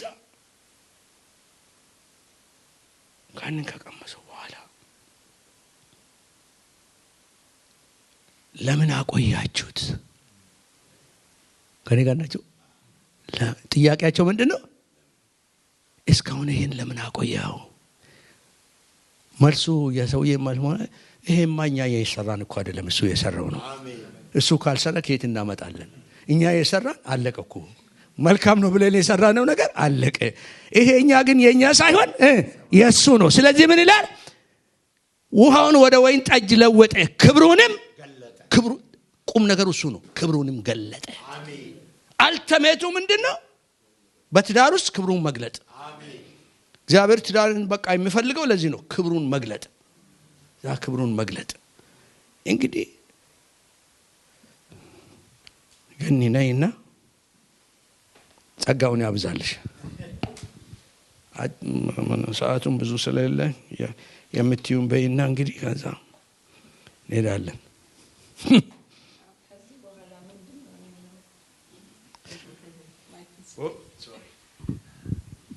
ከጋሽ አለሙ በኋላ ሰው ምን ማለት ይችላል? ጌታ ወደ ወሰደው ወስዶታል። እንግዲህ ትዳር እውነትም እግዚአብሔር ክብሩን ሊገልጽ የፈጠረው ኢንስቲትዩት ነው። በቃ ማንነቱን ለማሳየት የሰራው ነገር ነውና እኔ አንድ ምስክርነት ብናገር በትዳራችን ውስጥ ክብሩ አለ ሁሉ ጊዜ። ለምን? አንድነታችንን ጠብቀን ስለኖርን ስለተቀባበልን። ጋሽ አለሙ ፐርፌክት አይደለም፣ ሰው ነው። እኔም ፐርፌክት አይደለሁም፣ ሰው ነኝ። ድካም አለኝ፣ ብርታት አለኝ፣ ጥበብ አለኝ፣ ስንፍና አለኝ፣ ጉድለት አለኝ፣ ሙላት አለኝ። እሱ የሌለው እኔ ያለኝ፣ እኔ ያለኝ እሱ የለውም። ግን we cover one another። ክብሩ እንዲታይና እነ 6ቱን ጋኖች ትናገራለህ ብዬ ጠብቄህ ነበር፣ አልተናገርክም። አዎ እውነት አፉን ሲከፍት መንፈስ ቅዱስ ይወስደዋል መሰለኝ። ይሄን ትዳር እንግዲህ ከተጋባን አሁን ኔክስት ማንት 39 ዓመት ሊሆነን ነው። እግዚአብሔር ክብር ለእግዚአብሔር ይሁን። በ39 ዓመት ውስጥ አይ ዶንት ኖ ሜቢ 100 ጊዜ አብሬ አገልግያለሁ። ዛሬ የተናገረውን ሰምቼ አላቅም። እና ጌታ ይርዳሽ የሚለኝ ሁሌ ነው። ሁሌ ነገር አዲስ ነገር ከተናገረ በኋላ ጌታ እውነትም እርዳኝ ይለዋል። እና እየረዳኝ ነው። 6ቱ ጋኖች ብሎ ከዚህ በፊት እንደምናስተምረው አንደኛው ጋን ካቨናንት ነው፣ ቃል ኪዳን ነው። ቃል ኪዳን ሲያልቅ ትዳር ውስጥ ጌታ ኢየሱስን ጋብዘን እንዲሞላ ካላደረግን እኛ ልንሞላው አንችልም። ፍቅር የቀነሰ ይመስለናል። ምን ሆኜ ነው ይሄን ሰው ያገባሁት የምንልበትም ጊዜ ይኖራል። ያ ሁሉ ስሜት እንጂ መንፈስ እየገዛን አይደለም። ስካር አለ ማለት ነው። ስለዚህ ቃል ኪዳናችንን እንዲያድስ የቃል ኪዳን ጋኔ ጎሎብኛል ሙላኝ ብለን መጋበዝ አለብን መንፈስ ቅዱስን። ሁለተኛው ጋን ፍቅር ነው። ፍቅር በደልን አይቆጥርም። ፍቅር የራሱን አይፈልግም፣ መብት አያስከብርም። ፍቅር የክርስቶስ ፍቅር የራሱን ሁሉ የሚሰጥ ፍቅር ነው። በትዳር ውስጥ ደግሞ ያ ፍቅር ከሌለ ትዝብት ከተጀመረ፣ ቂም መቁጠር ከተጀመረ ከባድ ነው፣ አይቻልም። ለእናንተ አልነግራችሁም። በትዳር ውስጥ ያላችሁት በቃ ለአይን የምንጠላበት ጊዜ ሊመጣ ይችላል። ፍቅር ግን አይጠብቅም። አይ ዲዘርቭ ዲስ አይልም። ፍቅር ይሰጣል እንጂ ጌታ ኢየሱስ ይገባኛል ቢል ኖሮ አይሞትልንም ነበር። በትዳር ውስጥ ደግሞ ዲማንድ የተደረገው ፍቅር ክርስቶስ በመስቀል ላይ ያሳየው ነው። እኔ አንዳንዴ ይሉኛል፣ እንዴት ነው የምትኖሪው ከጋሽ አለሙ ጋር ከዶክተር ጋር እንዴት ነው የምትኖሪው? እንዴት ትችያለሽ? ሁሌ እንደሄደ ነው ብቻሽን ይሉኛል። በጌታ ፊት ነው የምላችሁ፣ ብቻዬን ሆኜ አላቅም። እኔ ከክርስቶስ አለ ከኔ ጋር ሁሉ ጊዜ፣ ጸጋው አለ ከኔ ጋር ሁሉ ጊዜና ለምን አመንከኝ በዚህ እለዋለሁ። አመነኝ ጌታ። ለዚህ ለባሪያዬ የምትገባው እሷ ናት አለ። እኔ እሱን ዲስአፖይንት ማድረግ ስለማልፈልግ ሁሌ ጋብዘዋለሁ። ዛሬ አንተ ካልመጣህ ጉድ ነው እለዋለሁ ጌታ። ሲከብድ ይመጣል። እና ፍቅር ጎሎብኝ አያውቅም። ሊጎለኝ ስላልሞከረ አይደለም፣ እኔም አልስማማም። ሲመጣ ሐሳቡ ነው ይሄ ጃር ጎሏል ጌታ ሆይ ሙላው። ሌላው ኢንቲመሲ ነው። 3ኛው ጃር ኢንቲመሲ ነው። ጥብቅ ግንኙነት ከእርስ በርስ ጋር ምንም በመሐከላችን እንዳይገባ። በ39 ዓመት ውስጥ አይ ዶንት ኖ አሁን ወደ ዳላስ ከሄድን በኋላ ትሪፑ ቀነሰ እንጂ 85-90% ሁሌ እንደሄደ ነው። በወር ውስጥ 3 ሳምንት ይሄዳል። እና አንድ ላይ የምንሆንበት ጊዜ በጣም የጥብቅ ጊዜ ነው። ሪኒው ሪስቶር ሪፊል አድርገን ነው የምንለያየው።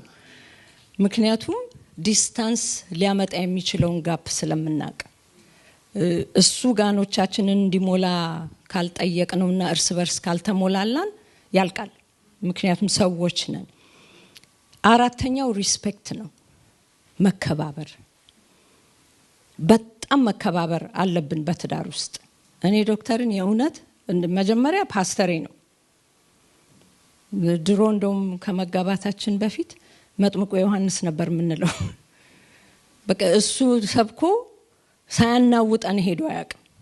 ሰውዬ who does he think he is እንላለን። እንደውም አንዳንዴ በቃ ቴዎሎጂያችንንም እንደው ተመችቶናል ብለን የያዝነውንም አናውጦን ነው የሚሄደው።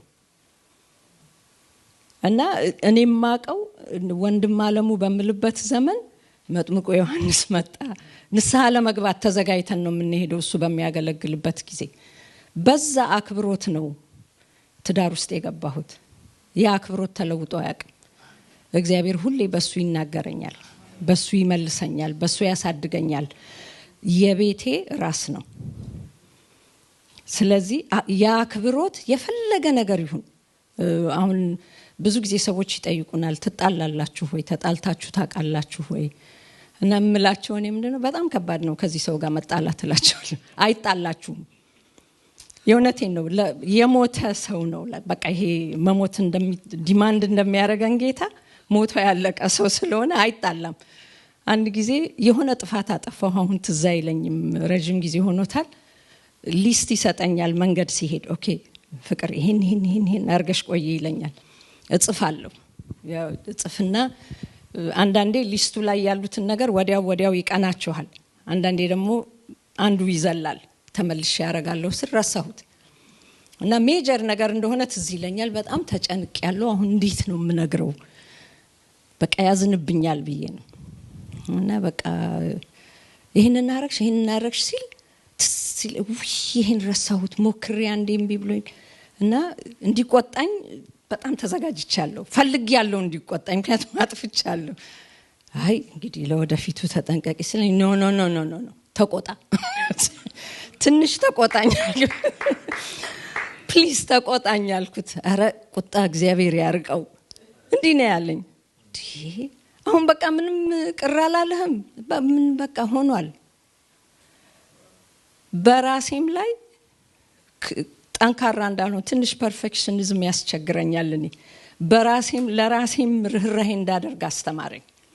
በቃ ሆኗል፣ ለወደፊቱ ተጠንቀቂ። እና ተጣልተን አናውቅም። ይሄን ለጌታ ክብር ነው የማወራው። በሐሳብ ሳንግባባ እናውቃለን። ያ ግን ስለምንከባበር አስጨርሰዋለሁ፣ ያስጨርሰኛል። አንዳንዴ ላለመስማማት እንስማማለን፣ አንጣላም። በሐሳብ አለመግባባት በህይወት ያለ ነገር ነው። ግን ትዳራችንን የማያፈርስና እኛን የማይጎዳ ከሆነ ኢትስ ኦኬ። ይሄኛው እሱ ግሬ ነው ካለ እኔ ጥቁር ነው ካልኩ ምን ለውጥ ያመጣል በህይወታችን? ምንም ለውጥ አያመጣም አይደል? በቃ ለሱ ግሬ ይሁንለት፣ ለኔ ጥቁር ነው። እንደዛ መባባል የምንችለው የምንከባበር ከሆነ ነው። because I respect him ኦፒኒየኑ ለኔ ክቡር ነው፣ የኔም እንደዚሁ።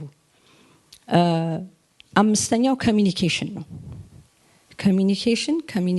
ኮሚኒኬሽን ሁሉ ጊዜ መወያየት። ወንድሞች ብዙ ጊዜ እንደ ዶክተር ከሆናችሁ ማውራት አትወዱ። እሱ ደግሞ አስተምሮ አገልግሎ ስለሚመጣ ዝም ሲል ነው ኤነርጂ እንደገና መሞላት የሚችለው።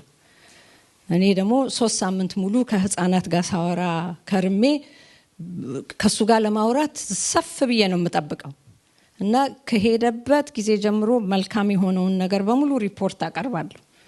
ኔጌቲቭ የሆነውን ነው የማልናገረው። እንደዚህ ሆኖ በዚህ ወጥቶ በዚህ ገብቶ ምናምን ስል ገና ከኤርፖርት ነው የምንጀምረው። ብቻ ነው የሚለኝ። ምንድነው ብቻ የምትለው?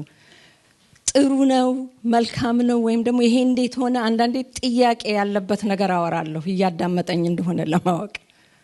ዝም ብሎ ሲያልፍ ጸጥ እላለሁ። ዝም ስል ምን ነው ዝም አልሽ ጨርሽ እንጂ ይለኛል። አንጠልጥዬ ጸጥ እላለሁ። ከዛ እንዴ እየሰማኸኝ ነው እንዴ? ዝም አልኩ እኮ ቆየሁ ዝም ካልኩ እላለሁ። አንድ 5 ደቂቃ ሆኖኛል ስል አይ እንዲህ ብለሻል እንዲህ ብለሽ እየተናገርኩት በሙሉ ይደግምልኛል። መደመጤን ማወቅ ፈልጋለሁ። ዝም የመለፍለፍ አልፈልግም። እና አንዳንዴ ወንድሞች በብዙ ትዳር ውስጥ የምንሰማው get to the point የሚል attitude ይዘው ነው ሚስቶቻቸውን የሚሰሙት። ይረዝምባቸዋል። that's disrespect። ከማጋት አወራች ሰው ይስቃሉ አንዳንዶቹን እንደስቲ አጽሮተ ቃላት ይሰጥሽ ምናምን አሳጥሪው ሰብሰብ አድርጊው። እኛ ግን በሙሉ ካልወጣ የምናዋራው ሰው ልንፈልግ ነው ማለት ነው። ግን የቃል ኪዳን ሰው የተሰጠኝ እሱ ነው። እና በኋላ ግን እድሜ እየገፋ ሲሄድ በትዳር ውስጥ አሁን በ39 ዓመት ውስጥ ምነግረው ነገር አለ ማልነግረው ነገር አለ። እሱ ዝምተኛ ነው ባይ ኔቸር። ሳይኮሎጂ የምታውቁ እሱ ኢንትሮቨርት ነው፣ እኔ አም ኤክስትራቨርት። እኔ ድንጋይ ማዋራት እችላለሁ። ዝምታ ሲበዛ ደስ ይለኛል መጫወት መናገር። እሱ ደግሞ ሲደክመው በሩን ዘግቶ መጽሐፍ ቅዱስን ከያዘ ወይ ዝም ካለ ነው ኤነርጂ የሚመጣለት። እኔ ውልቅልቄ ወጥቶ 10 ሰው ቢመጣ እንጀራ ጋግሬ ወጥ ሰርቼ ማብላት እችላለሁ ፍጥንጥን ብዬ። እና እንደውም መጀመሪያ የተጋባን ጊዜ እንዴ ደከመኝ ስትይ አይደለም እንዴ የነበረው ይሄ ሁሉ ከየት መጣ?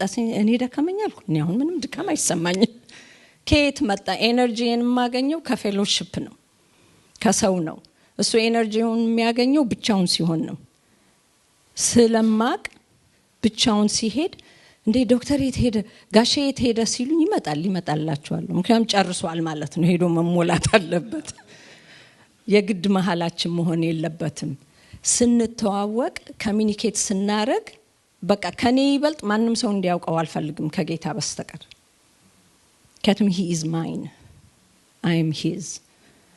እና ኮሚኒኬት ስናረግ ባለቤቴን ማወቄ እንዳከብረው እንደወደው እንጂ እንድንቀው መሆን የለበትም።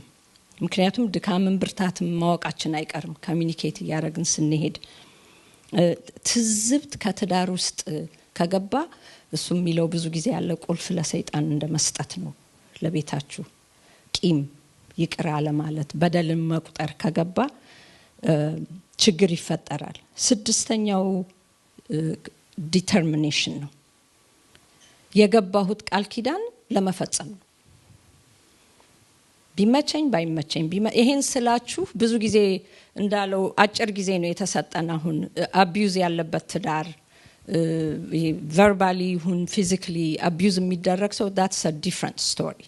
ምክንያቱም ክርስቶስ ቤተክርስቲያንን እንደወደዳት ውደድ ነው የተባለው ባል። እኔ የተባልኩት ተገዢ ብቻ ነው። ክርስቶስ እንደወደዳት ቤተክርስቲያንን እንደወደዳት ስለሚወደኝ እገዛለሁ። ጸጥ ለጥ ብዬ ነው የምገዛው። ለጌታ ክብር ነው ይሄን የምላችሁ። ዶክተር እኔ በጭንቅላትሽ ቁሚ ቢለኝ እቆማለሁ። ለምን? ባልወደደኝ መልኩ አይቼው አላቅም። he is mindful of me። በቃ ያውቃል፣ ሞደውን ያውቃል፣ ማልወደውን ያውቃል፣ የሚከፋኝን ያውቃል፣ ይጠነቀቅልኛል። ለምን አልገዛም? እገዛለሁ ደስ ይያለኝ። እንደውም ሞር ሪዋርድ እንዲሰጠኝ ነው የምገዛው። የተደረገልኝን አፕሪሺየት በማድረግ ነው የምገዛው። ለምን? ለኔ ያልሆነው ነገር የለም ባቅሙ።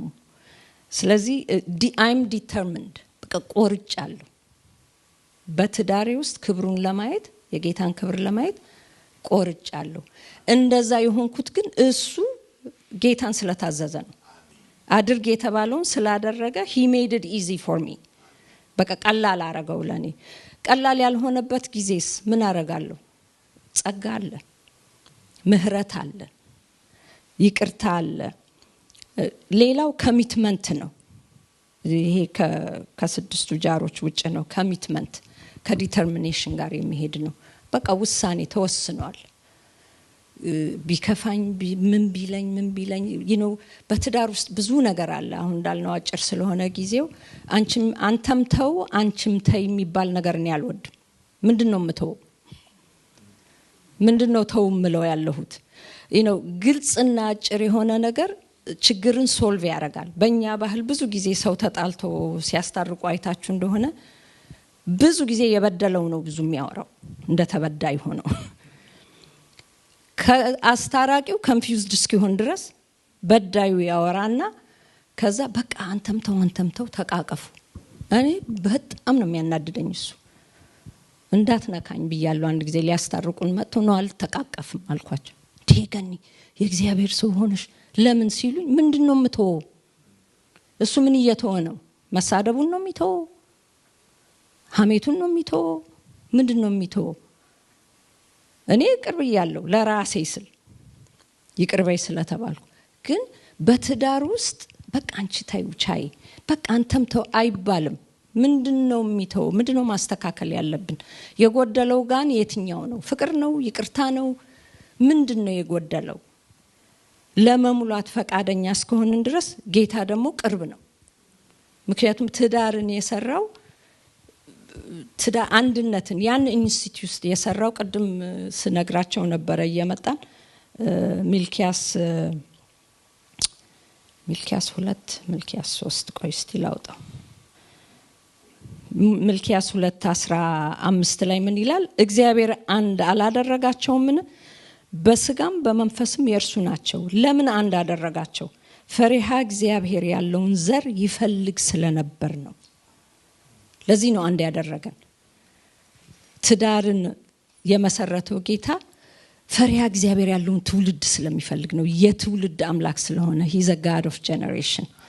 ስለዚህ ቃል ኪዳንን እንድናከብር የሚፈልገው የሱ ዘር እንዲቀጥል ስለሚፈልግ ነው። እና የእግዚአብሔርን በተለይ በጌታ ቤት ውስጥ ያለን በትዳር ውስጥ ኤግዞስትድ ይሆነን የደከመን እግዚአብሔር ይችላል ያደርጋል ግን ሪስቶር ሊያደርግልኝ ይችላል የምንል ካለን ይችላል። ያው ግን እኔ ከሆንኩኝ የተቸገርኩት አሸንፈለው ጌታን አሸንፈኝ በቃ በሰጠኸኝ ትዳር ክብርህን እንዳይ አሸንፈኝ እኔን በቃ ልሸነፍልህ እንዲህ አላረገም እንዲህ አላደረገም እንዲህ አልሆነልኝም የሚለውን አቁሜ በቃ እስቲ አይ ሰረንደር ልበል ላንተ ልሸነፍ።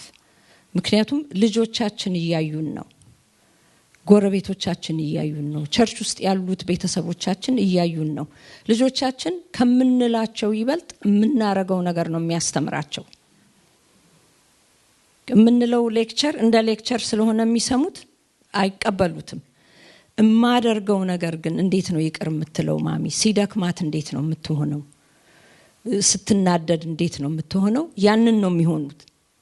እና ደግሞ ስንሰብካቸውና የምንሆነውን ሲያዩ አንድ ለሳይሆን ሲቀር አምላካችንን የማይፈልጉም ሂፖክሪትስ ናቸው እነዚህ ይላሉ። ውጭ ሀገር የተወለዱ ልጆች እኛ ስንወለድ እንደነበር ነው አይደሉም። ይሄን መቼም ዲስከቨር አድርጋቸዋል።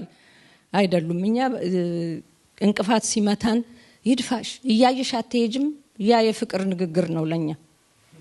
አሜሪካን ሀገር የተወለደው እንደዛ ብትሉ she wants me to fall she said ይድፋሽ እንደዛ ብለዋል። እኔ አንድ ልጅ መጥቶ my mom hates me no your mom doesn't hate you ስለ no she does ለምን እንደዛ አልክሏለሁ she always calls me ugly አንተ አስቀያሚ ናዚህ ምናም ብለዋለች። እና በቃ he is convinced ugly እንደሆነ እናቱና no this is just a saying ብዬ ባህሉን ባስረዳም ነው you don't understand mama ግን you don't understand I know she hates me I can't wait 18 ሆኜ እስከወጣ ድረስ አለኝ። እና የተለየ ነው አመለካከታቸው በነጻነት ስለኖሩ የተለየ ነው። የባህላችን ተጽዕኖ የላቸውም። እኛ ሪቨርስ ሳይኮሎጂ መንፈስ ቅዱስ አስረድቶን ነው መሰለኝ እንዴት እንደሆነም አላቅም እኮ ነው የሚሉን ነገር ሁሉ ገልብጠን ነበር የምንሰማው። አስደነገጥኳት እንላለን። እኔው ተጎድቼ እኔው ወድቄ ቁስሌ አይደለም ያሳስበኝ እናቴ መደንገጧ ነው ያሳስበኝ። እንደዛ ያያረጉም እና እምናረገው ነገር በትዳራችን ውስጥ የምንሆነው ነገር ሌላውን ትውልድ እየቀረጸ ነው።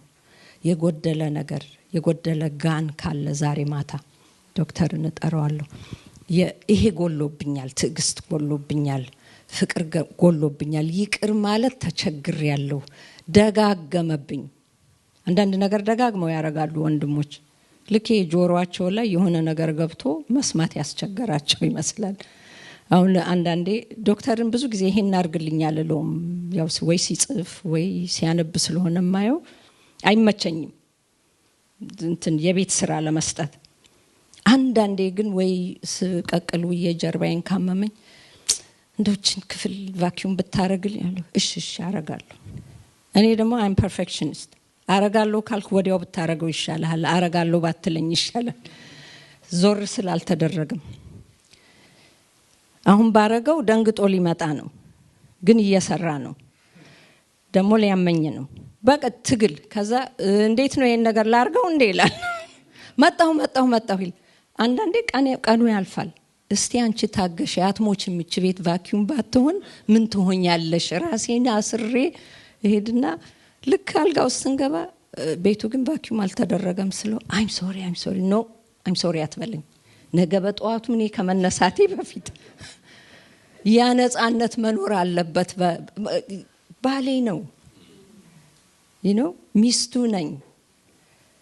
ያንን ነፃነት የተነፋፈገ ቤት ያለ ይመስለኛል። ከተዛዘብን ነፃነት የለንም፣ እንፈራለን።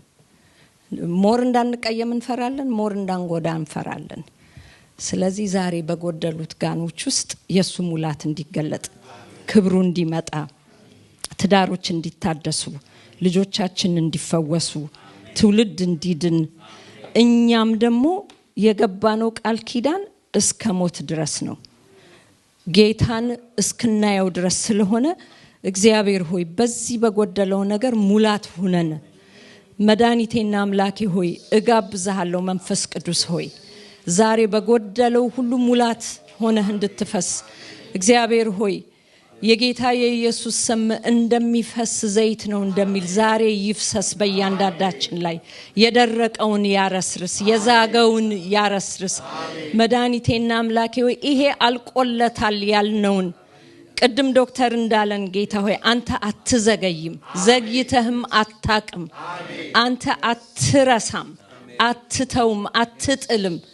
እግዚአብሔር ሆይ በቃልህ ላይ የዋሸውን መንፈስ በስምህ እንነቅላለን ዛሬ በናዝሬቱ በኢየሱስ ክርስቶስ ስምና ስልጣን። የስጋን ስሜት ይዞ ስጋን ይዞ አእምሮን አሳምኖ በቃልህ ላይ የተነሳውን ውሸት ሁሉ በደምህ እናጥባለን። መድኃኒቴና አምላኬ ሆይ ቃልህን እንደ ቃሌ አጽና ብለን የገባነውን ቃል ኪዳን ሊያፈርስ የሚገዳደረን ከየቤቱ እንዲወጣ በኢየሱስ ክርስቶስ ስም አዛለሁ። ዛሬ በሰጠህን የልጅነት ስልጣን እግዚአብሔር አምላኬ ሆይ ዋችመን ሆነን ጉበኞች ሆነን የቤታችንን አጥር እንድንጠብቅ እግዚአብሔር ሆይ የቤት ራስ የሆኑት ራስ ሆነው እንዲገኙ መድኃኒቴና አምላኬ ሆይ ቃታቶች፣ እናቶች፣ ነርቸርስ ያልከን የምትመች ረዳት ያልከን ደግሞ የምትመች ረዳት ሆነን እንድንገኝ በጎደለው ውስጥ ጌታ ሆይ ሙላት ሆነን እንድንገኝ መንፈስ ቅዱስ ብቻ ነው አስተማሪና ረዳት የተባለ። እኛን ነው ቀጥለህ ረዳት ያልከን ጌታ ሆይ እህቶቼን ይዤ ወደ ዙፋንህ እቀርባለሁ። እግዚአብሔር አምላኬ ሆይ ያ የተፈጠርንበት ያ አንተ ናችሁ ያልከን ነገር ሆነን እንድንገኝ ጸጋህ ይርዳን፣ ቅባትህ ይርዳን፣ የቃልህ ኃይል ይርዳን፣ የመንፈስ ቅዱስ ሙላት ይርዳን። ጌታ ሆይ እለምንሃለሁ በዚህ ምሽት በዚህ ቤት ውስጥ ያሉት ትዳሮች በሙሉ እንዲፈወሱ ሪስቶርድ እንዲሆኑ እግዚአብሔር አምላኬ ሆይ አንተ እንደገና የልጅነት ፍቅራቸውን እንድታድስ የልጅነት አንድነታቸውን እንድታድስ በኢየሱስ ክርስቶስ ስም ጸልያለሁ። አንድ ከሆኑ በፊታቸው ሊቆም የሚችል ምንም አይነት ነገር የለምና እግዚአብሔር ሆይ ያንን አንድነት በስምህ እጠራለሁ። ፈውስ ጌታ ሆይ ልብን ፈውስ፣ አእምሮን አድስ። አይዞሽ በል አይዞህ በለው ጌታ ሆይ መድኃኒቴና አምላኬ ሆይ ይህም ያልፋል። this too shall pass ያልፋል። ታማኞች ሆነን እንድንቆም እርዳን እግዚአብሔር ሆይ በመፍገምገምም ቢሆን እንዳንወድቅ ጌታ ሆይ አንተን የሚጠባበቁ ኃይላቸውን ያድሳሉ ይላልና ቃልህ። መድኃኒቴና አምላኬ ሆይ ኃይል ይታደስ፣ ሙላት ይሁን። እግዚአብሔር ሆይ ብርሃንህ ይብራ፣ በብርሃንህ ብርሃንን እናያለን ይላልና ቃልህ። ዛሬ ጌታ ሆይ በቃልህ በተከሰተው እውነት ብርሃን በየቤቱ እንዲበራ ጸልያለሁ። ይብራ ጌታ ሆይ፣ ጨለማው ይገፈፍ፣ ሊያፈርስ የመጣው ይፍረስ፣ ሊበትን የመጣው በስምህ ይበተን። ጌታ ሆይ አመሰግንሃለሁ፣ የኔ ጌታ አከብርሃለሁ። ክብር ሁሉ ላንተ ይሁን። አሜን ሃሌሉያ። እስቲ ቆሙና ባልና ሚስቶች አንድ ጋር ያላችሁ እጅ ለእጅ ተያያዙ። ሌሎቻችሁም እንግዲህ ወይ ባላችሁ ወይ ሚስታችሁ እዚህ ከሌለች በእምነት ያዟት እና እግዚአብሔር ክብሩን እንደገና ነገራችሁን አድሶ ክብሩን እንደገና ቤታችሁ ክብሩን ገለጠ ይላል። ክብሩ ዛሬ በቤታችሁ ይገለጥ። ክብሩ ዛሬ በትዳራችሁ ይገለጥ። ልጆቻችሁ የሚያዩት ክብር፣ የሚጨበት ክብር፣ የሚዳሰስ ክብር፣ የእግዚአብሔር ክብር በትዳራችሁ ይገለጥ። የእግዚአብሔር ክብር በቤታችሁ ይገለጥ። ልጆቻችሁ የእግዚአብሔርን ክብር አይቶ እግዚአብሔርን ይፍሩ። የእግዚአብሔርን ክብር አይቶ እግዚአብሔርን ያክብሩት። የእግዚአብሔርን ክብር አይቶ እግዚአብሔርን ያመስግኑት። የእግዚአብሔርን ክብር አይቶ ለእግዚአብሔር ይሰጡ። ክብር ቤታችሁን ይሙላ። ዛሬ ባዶ የተባለ ሁሉ በኢየሱስ ክርስቶስ ስም ይሙላ። ባዶ ጋኖች ይሙሉ። ዛሬ ክዳናችሁ ዛሬ ይታደስ። ፍቅራችሁ ዛሬ ይታደስ። መሰጠታችሁ ዛሬ ይታደስ። አንዳችሁ ለአንዳችሁ የምታደርጉት ጥንቃቄ ዛሬ ይታደስ። ግንኙነታችሁና ኮሙኒኬሽናችሁ ዛሬ ይታደስ። ኮሙኒኬሽንን የሚያበላሽ የጠላት ስራ ሁሉ ዛሬ የተመታ ይሁን፣ የተወገደ ይሁን። የኮሙኒኬሽን መስመራችሁ ሆሪዞንታልም ቨርቲካልም በኢየሱስ ስም ይከፈት። ቻናሉ ይከፈት በኢየሱስ ክርስቶስ ስም። እግዚአብሔር አምላኬና መድኃኒቴ ሆይ ዛሬ በእነርሱ ላይ ይሄንን አውጃለሁ። የቆራጥነት መንፈስ በላያቸው ላይ ይምጣ። ለአምላኬና ለቤቴ፣ ለአምላኬና ለባለቤቴ፣ ለአምላኬና እግዚአብሔር ለሰጠኝ ልጆቼ እኖራለሁ የሚያሰኝ ያቆራጥነት እግዚአብሔር በላያቸው ላይ ይምጣ። ለእግዚአብሔር አምላኬ ለቤቴና ለቤቱ እኖራለሁ የሚያሰኝ፣ ለቤቴና ለቤቱ እኖራለሁ የሚያሰኝ ያ መንፈስ ዛሬ ያግኛቸው። ያ ጸጋ ዛሬ ያግኛቸው። እግዚአብሔር አባቴና መድኃኒቴ ሆይ ለዚህ የሚሆን በቤታቸው ላይ ወንድሞች እጆቻችሁን ግንባራችሁ ላይ አስቀምጡና በጌታ በኢየሱስ ክርስቶስ ስም በቤታቸው ልዩ የሆነ ሞገስ በእነሱ ላይ ይምጣ። ዛሬ ልዩ ሞገስ በእነሱ ላይ ይምጣ። በሚስቶቻቸው ፊት ሞገስ፣ በልጆቻቸው ፊት ሞገስ በኢየሱስ ክርስቶስ ስም በላያቸው ይምጣ። የሞገስን ካባ አልብሳቸው። እግዚአብሔር አምላኬና መድኃኒቴ ሆይ መፈራቲ በእነሱ ላይ ይሁን። እግዚአብሔር አባቶ ባርካለሁ፣ አመሰግናለሁ። የጥበብ መንፈስ፣ የማስተዋል መንፈስ እግዚአብሔር አምላኬና መድኃኒቴ ሆይ ይሰጣቸው። ጌታ ሆይ ይለቀቅላቸው። እግዚአብሔር አምላኬና መድኃኒቴ ሆይ እግዚአብሔር ቤቱን ካልሰራ ሰራተኛ በከንቱ ይደክማል ተብሏልና አንተ ቤትን ስትሰራ ሰውን ነው የምትሰራው። አንተ ስትሰራቸው ለአንተ ፈቃደኞች እንዲሆኑ፣ እንዲያምኑ፣ እንዲሰጡ በውስጣቸው ለምሰራው ስራ እሺ እንድሉ ጌታዬና አምላኬ ሆይ የምትሰራቸው ክብርህን ልትገልጥባቸው እንደሆነ፣ የምትሰራቸው ክብርህን በቤታቸው ልትገልጥ እንደሆነ እግዚአብሔር ሆይ የምትሰራቸው ጌታ ሆይ ክብርህን በሄዱበት ቦታ ሁሉ ልትገልጥ ስለሆነ ይሄንን አምኖ እንዲቀበሉ በኢየሱስ ክርስቶስ ስም ጸጋ ያግዛቸው። እግዚአብሔር አባቴ አከብርሃለሁ፣ አመሰግንሃለሁ። ዛሬ ደግሞ ጌታ ሆይ የጎደለ ነገር ካለ በትዳር ውስጥ እንደዛ ባዶ ነው እንጃል እንዳለችው ጌታ ሆይ የጎደለ ነገር ዛሬ ይሙላ። ጌታ ሆይ ዛሬ ተአምራት ይሁን በኢየሱስ ስም።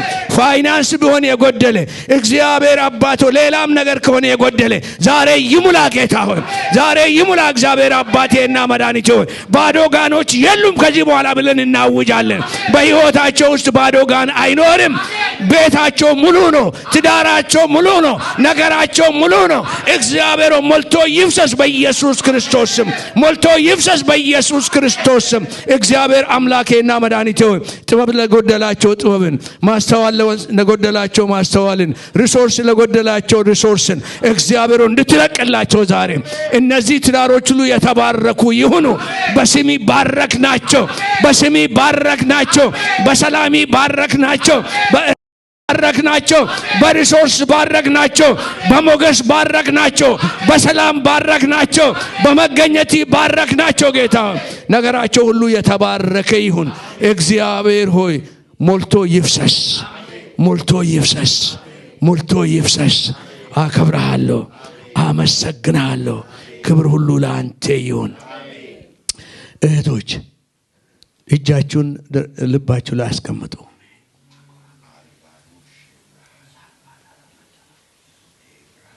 መዓዛውን የምታስተናግዱት እናንተ ናችሁ። የአምልኮ ጸጋ ይለቀቅላቸው። የምስጋና መንፈስ ይለቀቅላቸው። የምስጋና ምንጭ ከውስጣቸው ይፍለቅ። አምላኩ አንተን የምታድርበት አንተ በምስጋና ውስጥ ታድራለህና አንተን የሚያሳድር ለአንተ ጌታ እግዚአብሔር ሆይ ማረፊያ የሚሆን ምስጋና በሕይወታቸው፣ በቤታቸው፣ በትዳራቸው ይፍለቅ። አምላኬና መድኃኒቴ ሆይ በኢየሱስ ክርስቶስ ስም በዚህ ባርኮት ባርካቸው። በጥበብ መንፈስ ባርካቸው። ጌታ ሆይ እግዚአብሔር አምላኬና መድኃኒቴ ሆይ አከብርሃለሁ፣ አመሰግንሃለሁ፣ ከፍ አደርግሃለሁ። ጌታ ሆይ በጌታ በኢየሱስ ክርስቶስ ስም አሜን። አንድ ነገር ብቻ ልንገራችሁና እቺዋን ይዛችሁ እንድትሄዱ። አንድ ጊዜ ኪቶ ኤኳዶር እዛ እያገለገልኩኝ እነዚህ ልጆችን አዳፕት የሚያደርጉ እንትኖች ጋር ቤቶችን ለማየት ወሰዱኝ። አንደኛው ቤት ስንገባ በጣም ቤቱ በጣም ያማረ ነው እና ፈርኒቸሩ ዘምብለው እና ለመቀመጥ መጣ ኖ እዛ አትቀመጥም ማለት ነው። ለምሳሌ ይሄ አያታችን ነው እና ይሄ ለዴኮሬሽን ነው የተቀመጠው፣ ሌላ እዚህ ትቀመጣለህ ያሉ። በጣም ያምራል ግን ሰው አይቀመጥበትም። ቁጭሏል። it's just to impress people። ዛ ነው የተቀመጠው። ያናየን ግን ደረቁ ነው። ምንም የውበቱ ቀለሙ ያምራል ግን መንፈስ የለበትም። ምንም ደረቅ ነው። ወጣን። ምንም አረሳም። በዘመኔ የማረሰው ነገር ነው። ከዛ ፕሮጀክት እያየን አንድ አሮጊት ቤት ይሄ እንደ በሳር ምናምን የተሰራው እንዲህ ጎንበስ ብለን ነው የምትገባው። ጎንበስ ብለን ገባን። የእውነቴን ነው የምላቸው። ገብቼ ተቀምጬ መውጣት አልፈለኩም። የእግዚአብሔር ሕልውና፣ የእግዚአብሔር ክብር። አሜን። ያኛ ያምራል ግን ደረቅ ነው። ምንም ቶሎ ውጣ ነው የሚያሰኘው። ይሄ ምንም መሬት ላይ ነው የተቀመጥነው። መውጣት አልፈለኩም። አሜን። ሕልውና አለ። አሜን። ትልቁ ቁም ነገር በትዳር ውስጥ is not what you have, whom you have. Amen. Who do you have? Amen. In your home. Amen. In your marriage. Amen. ማን ነው በቤታችሁ ያለ? በቃ እሱ ነው ትዳር ልዩ የሚያደርገው። እሱ ነው። ጋጋታው አይደለም፣ ሌላው አይደለም፣ አይኑራቸው አይደለም ምለው። እሱ አይደለም ቁም ነገሩ፣ እሱ አይደለም ቁም ነገሩ፣ መገኘቱ ነው። አሜን። ለዛ ደግሞ ምክንያት የምትሆኑት እህቶች አስተናግዱት። አንድ መጽሐፍ አሁን የጨረሱት መጽሐፍ አለ እና የጻፍኩ አንዱ ቻፕተር ላይ የማርያም ብዙ ጊዜ የሚሰበከው ትዝ አለኝ እና ሽቱን በእግሩ ላይ አፈሰሰች ይላል እና ትዝ አለኝና እሱን ስጽፍ አንድ ነገር በጣም ነካኝ። ሽቱን እኮ አፈሰሰች የምለው እንደዚህ ምን እንደሆነ ታውቃለህ? በዛን ጊዜ ራሷን የምትጠብቅ ሪስፔክትድ ልጃገረድ ያላትን አጠራቅማ ለትዳሯ ያንን ሽቱ ገዝታ ነው የምትሄደው። ያ ሽቱ ደግሞ አይስል እንዲሁ ስለማይገኝ ከትልቅ ተራራ በቃ ሌላ እንትን ሄዶ ነው ከዛ ተሰብስቦ ከዛ የመጣ ሽቱ ነው እና ያን ቀን ስታገባ ያ ሽቱ ከሌላት ወላጆቿን ያላስከበረች እና የቤተሰቧን ስም በቃ ያልጠበቀች ነው የምትባለው። ያንን ይዛ ካልሄደች ኢየሱስ ስመጣ አየችና ኖ እኔ ለትዳሬ አይደለም በሱ ላይ ካፈሰስኩኝ ሁሉ ነገር አሜን እንትንኮ እንዳትፈተን ብላ አላፈሰሰችውም፣ ሰበረች። everything for you Jesus አሜን። ግን አንድ የሆነ ነገር አለ። እቺን ብቻ ብዬ ከዛ ሰናብታቸዋለሁ። እዛ እሱ ላይ ያፈሰሰችው ሽቱ ቤቱን ሞላ። አሜን። ይሁዳ ማሸተተው። ከኔ ጋር ናችሁ? ኢየሱስን ሊሰቅል የሚዘጋጀው አሸተተው። ኢየሱስን የሚወደው ዮሐንስም አሸተተው። በቤታችሁ ያለው መዓዛ የምጠላውም የምወደውም ያሸታል። አሜን። ግን መዓዛው ብቻ ይኖር። ጌታ ይባርካችሁ። በሰላም እደሩ።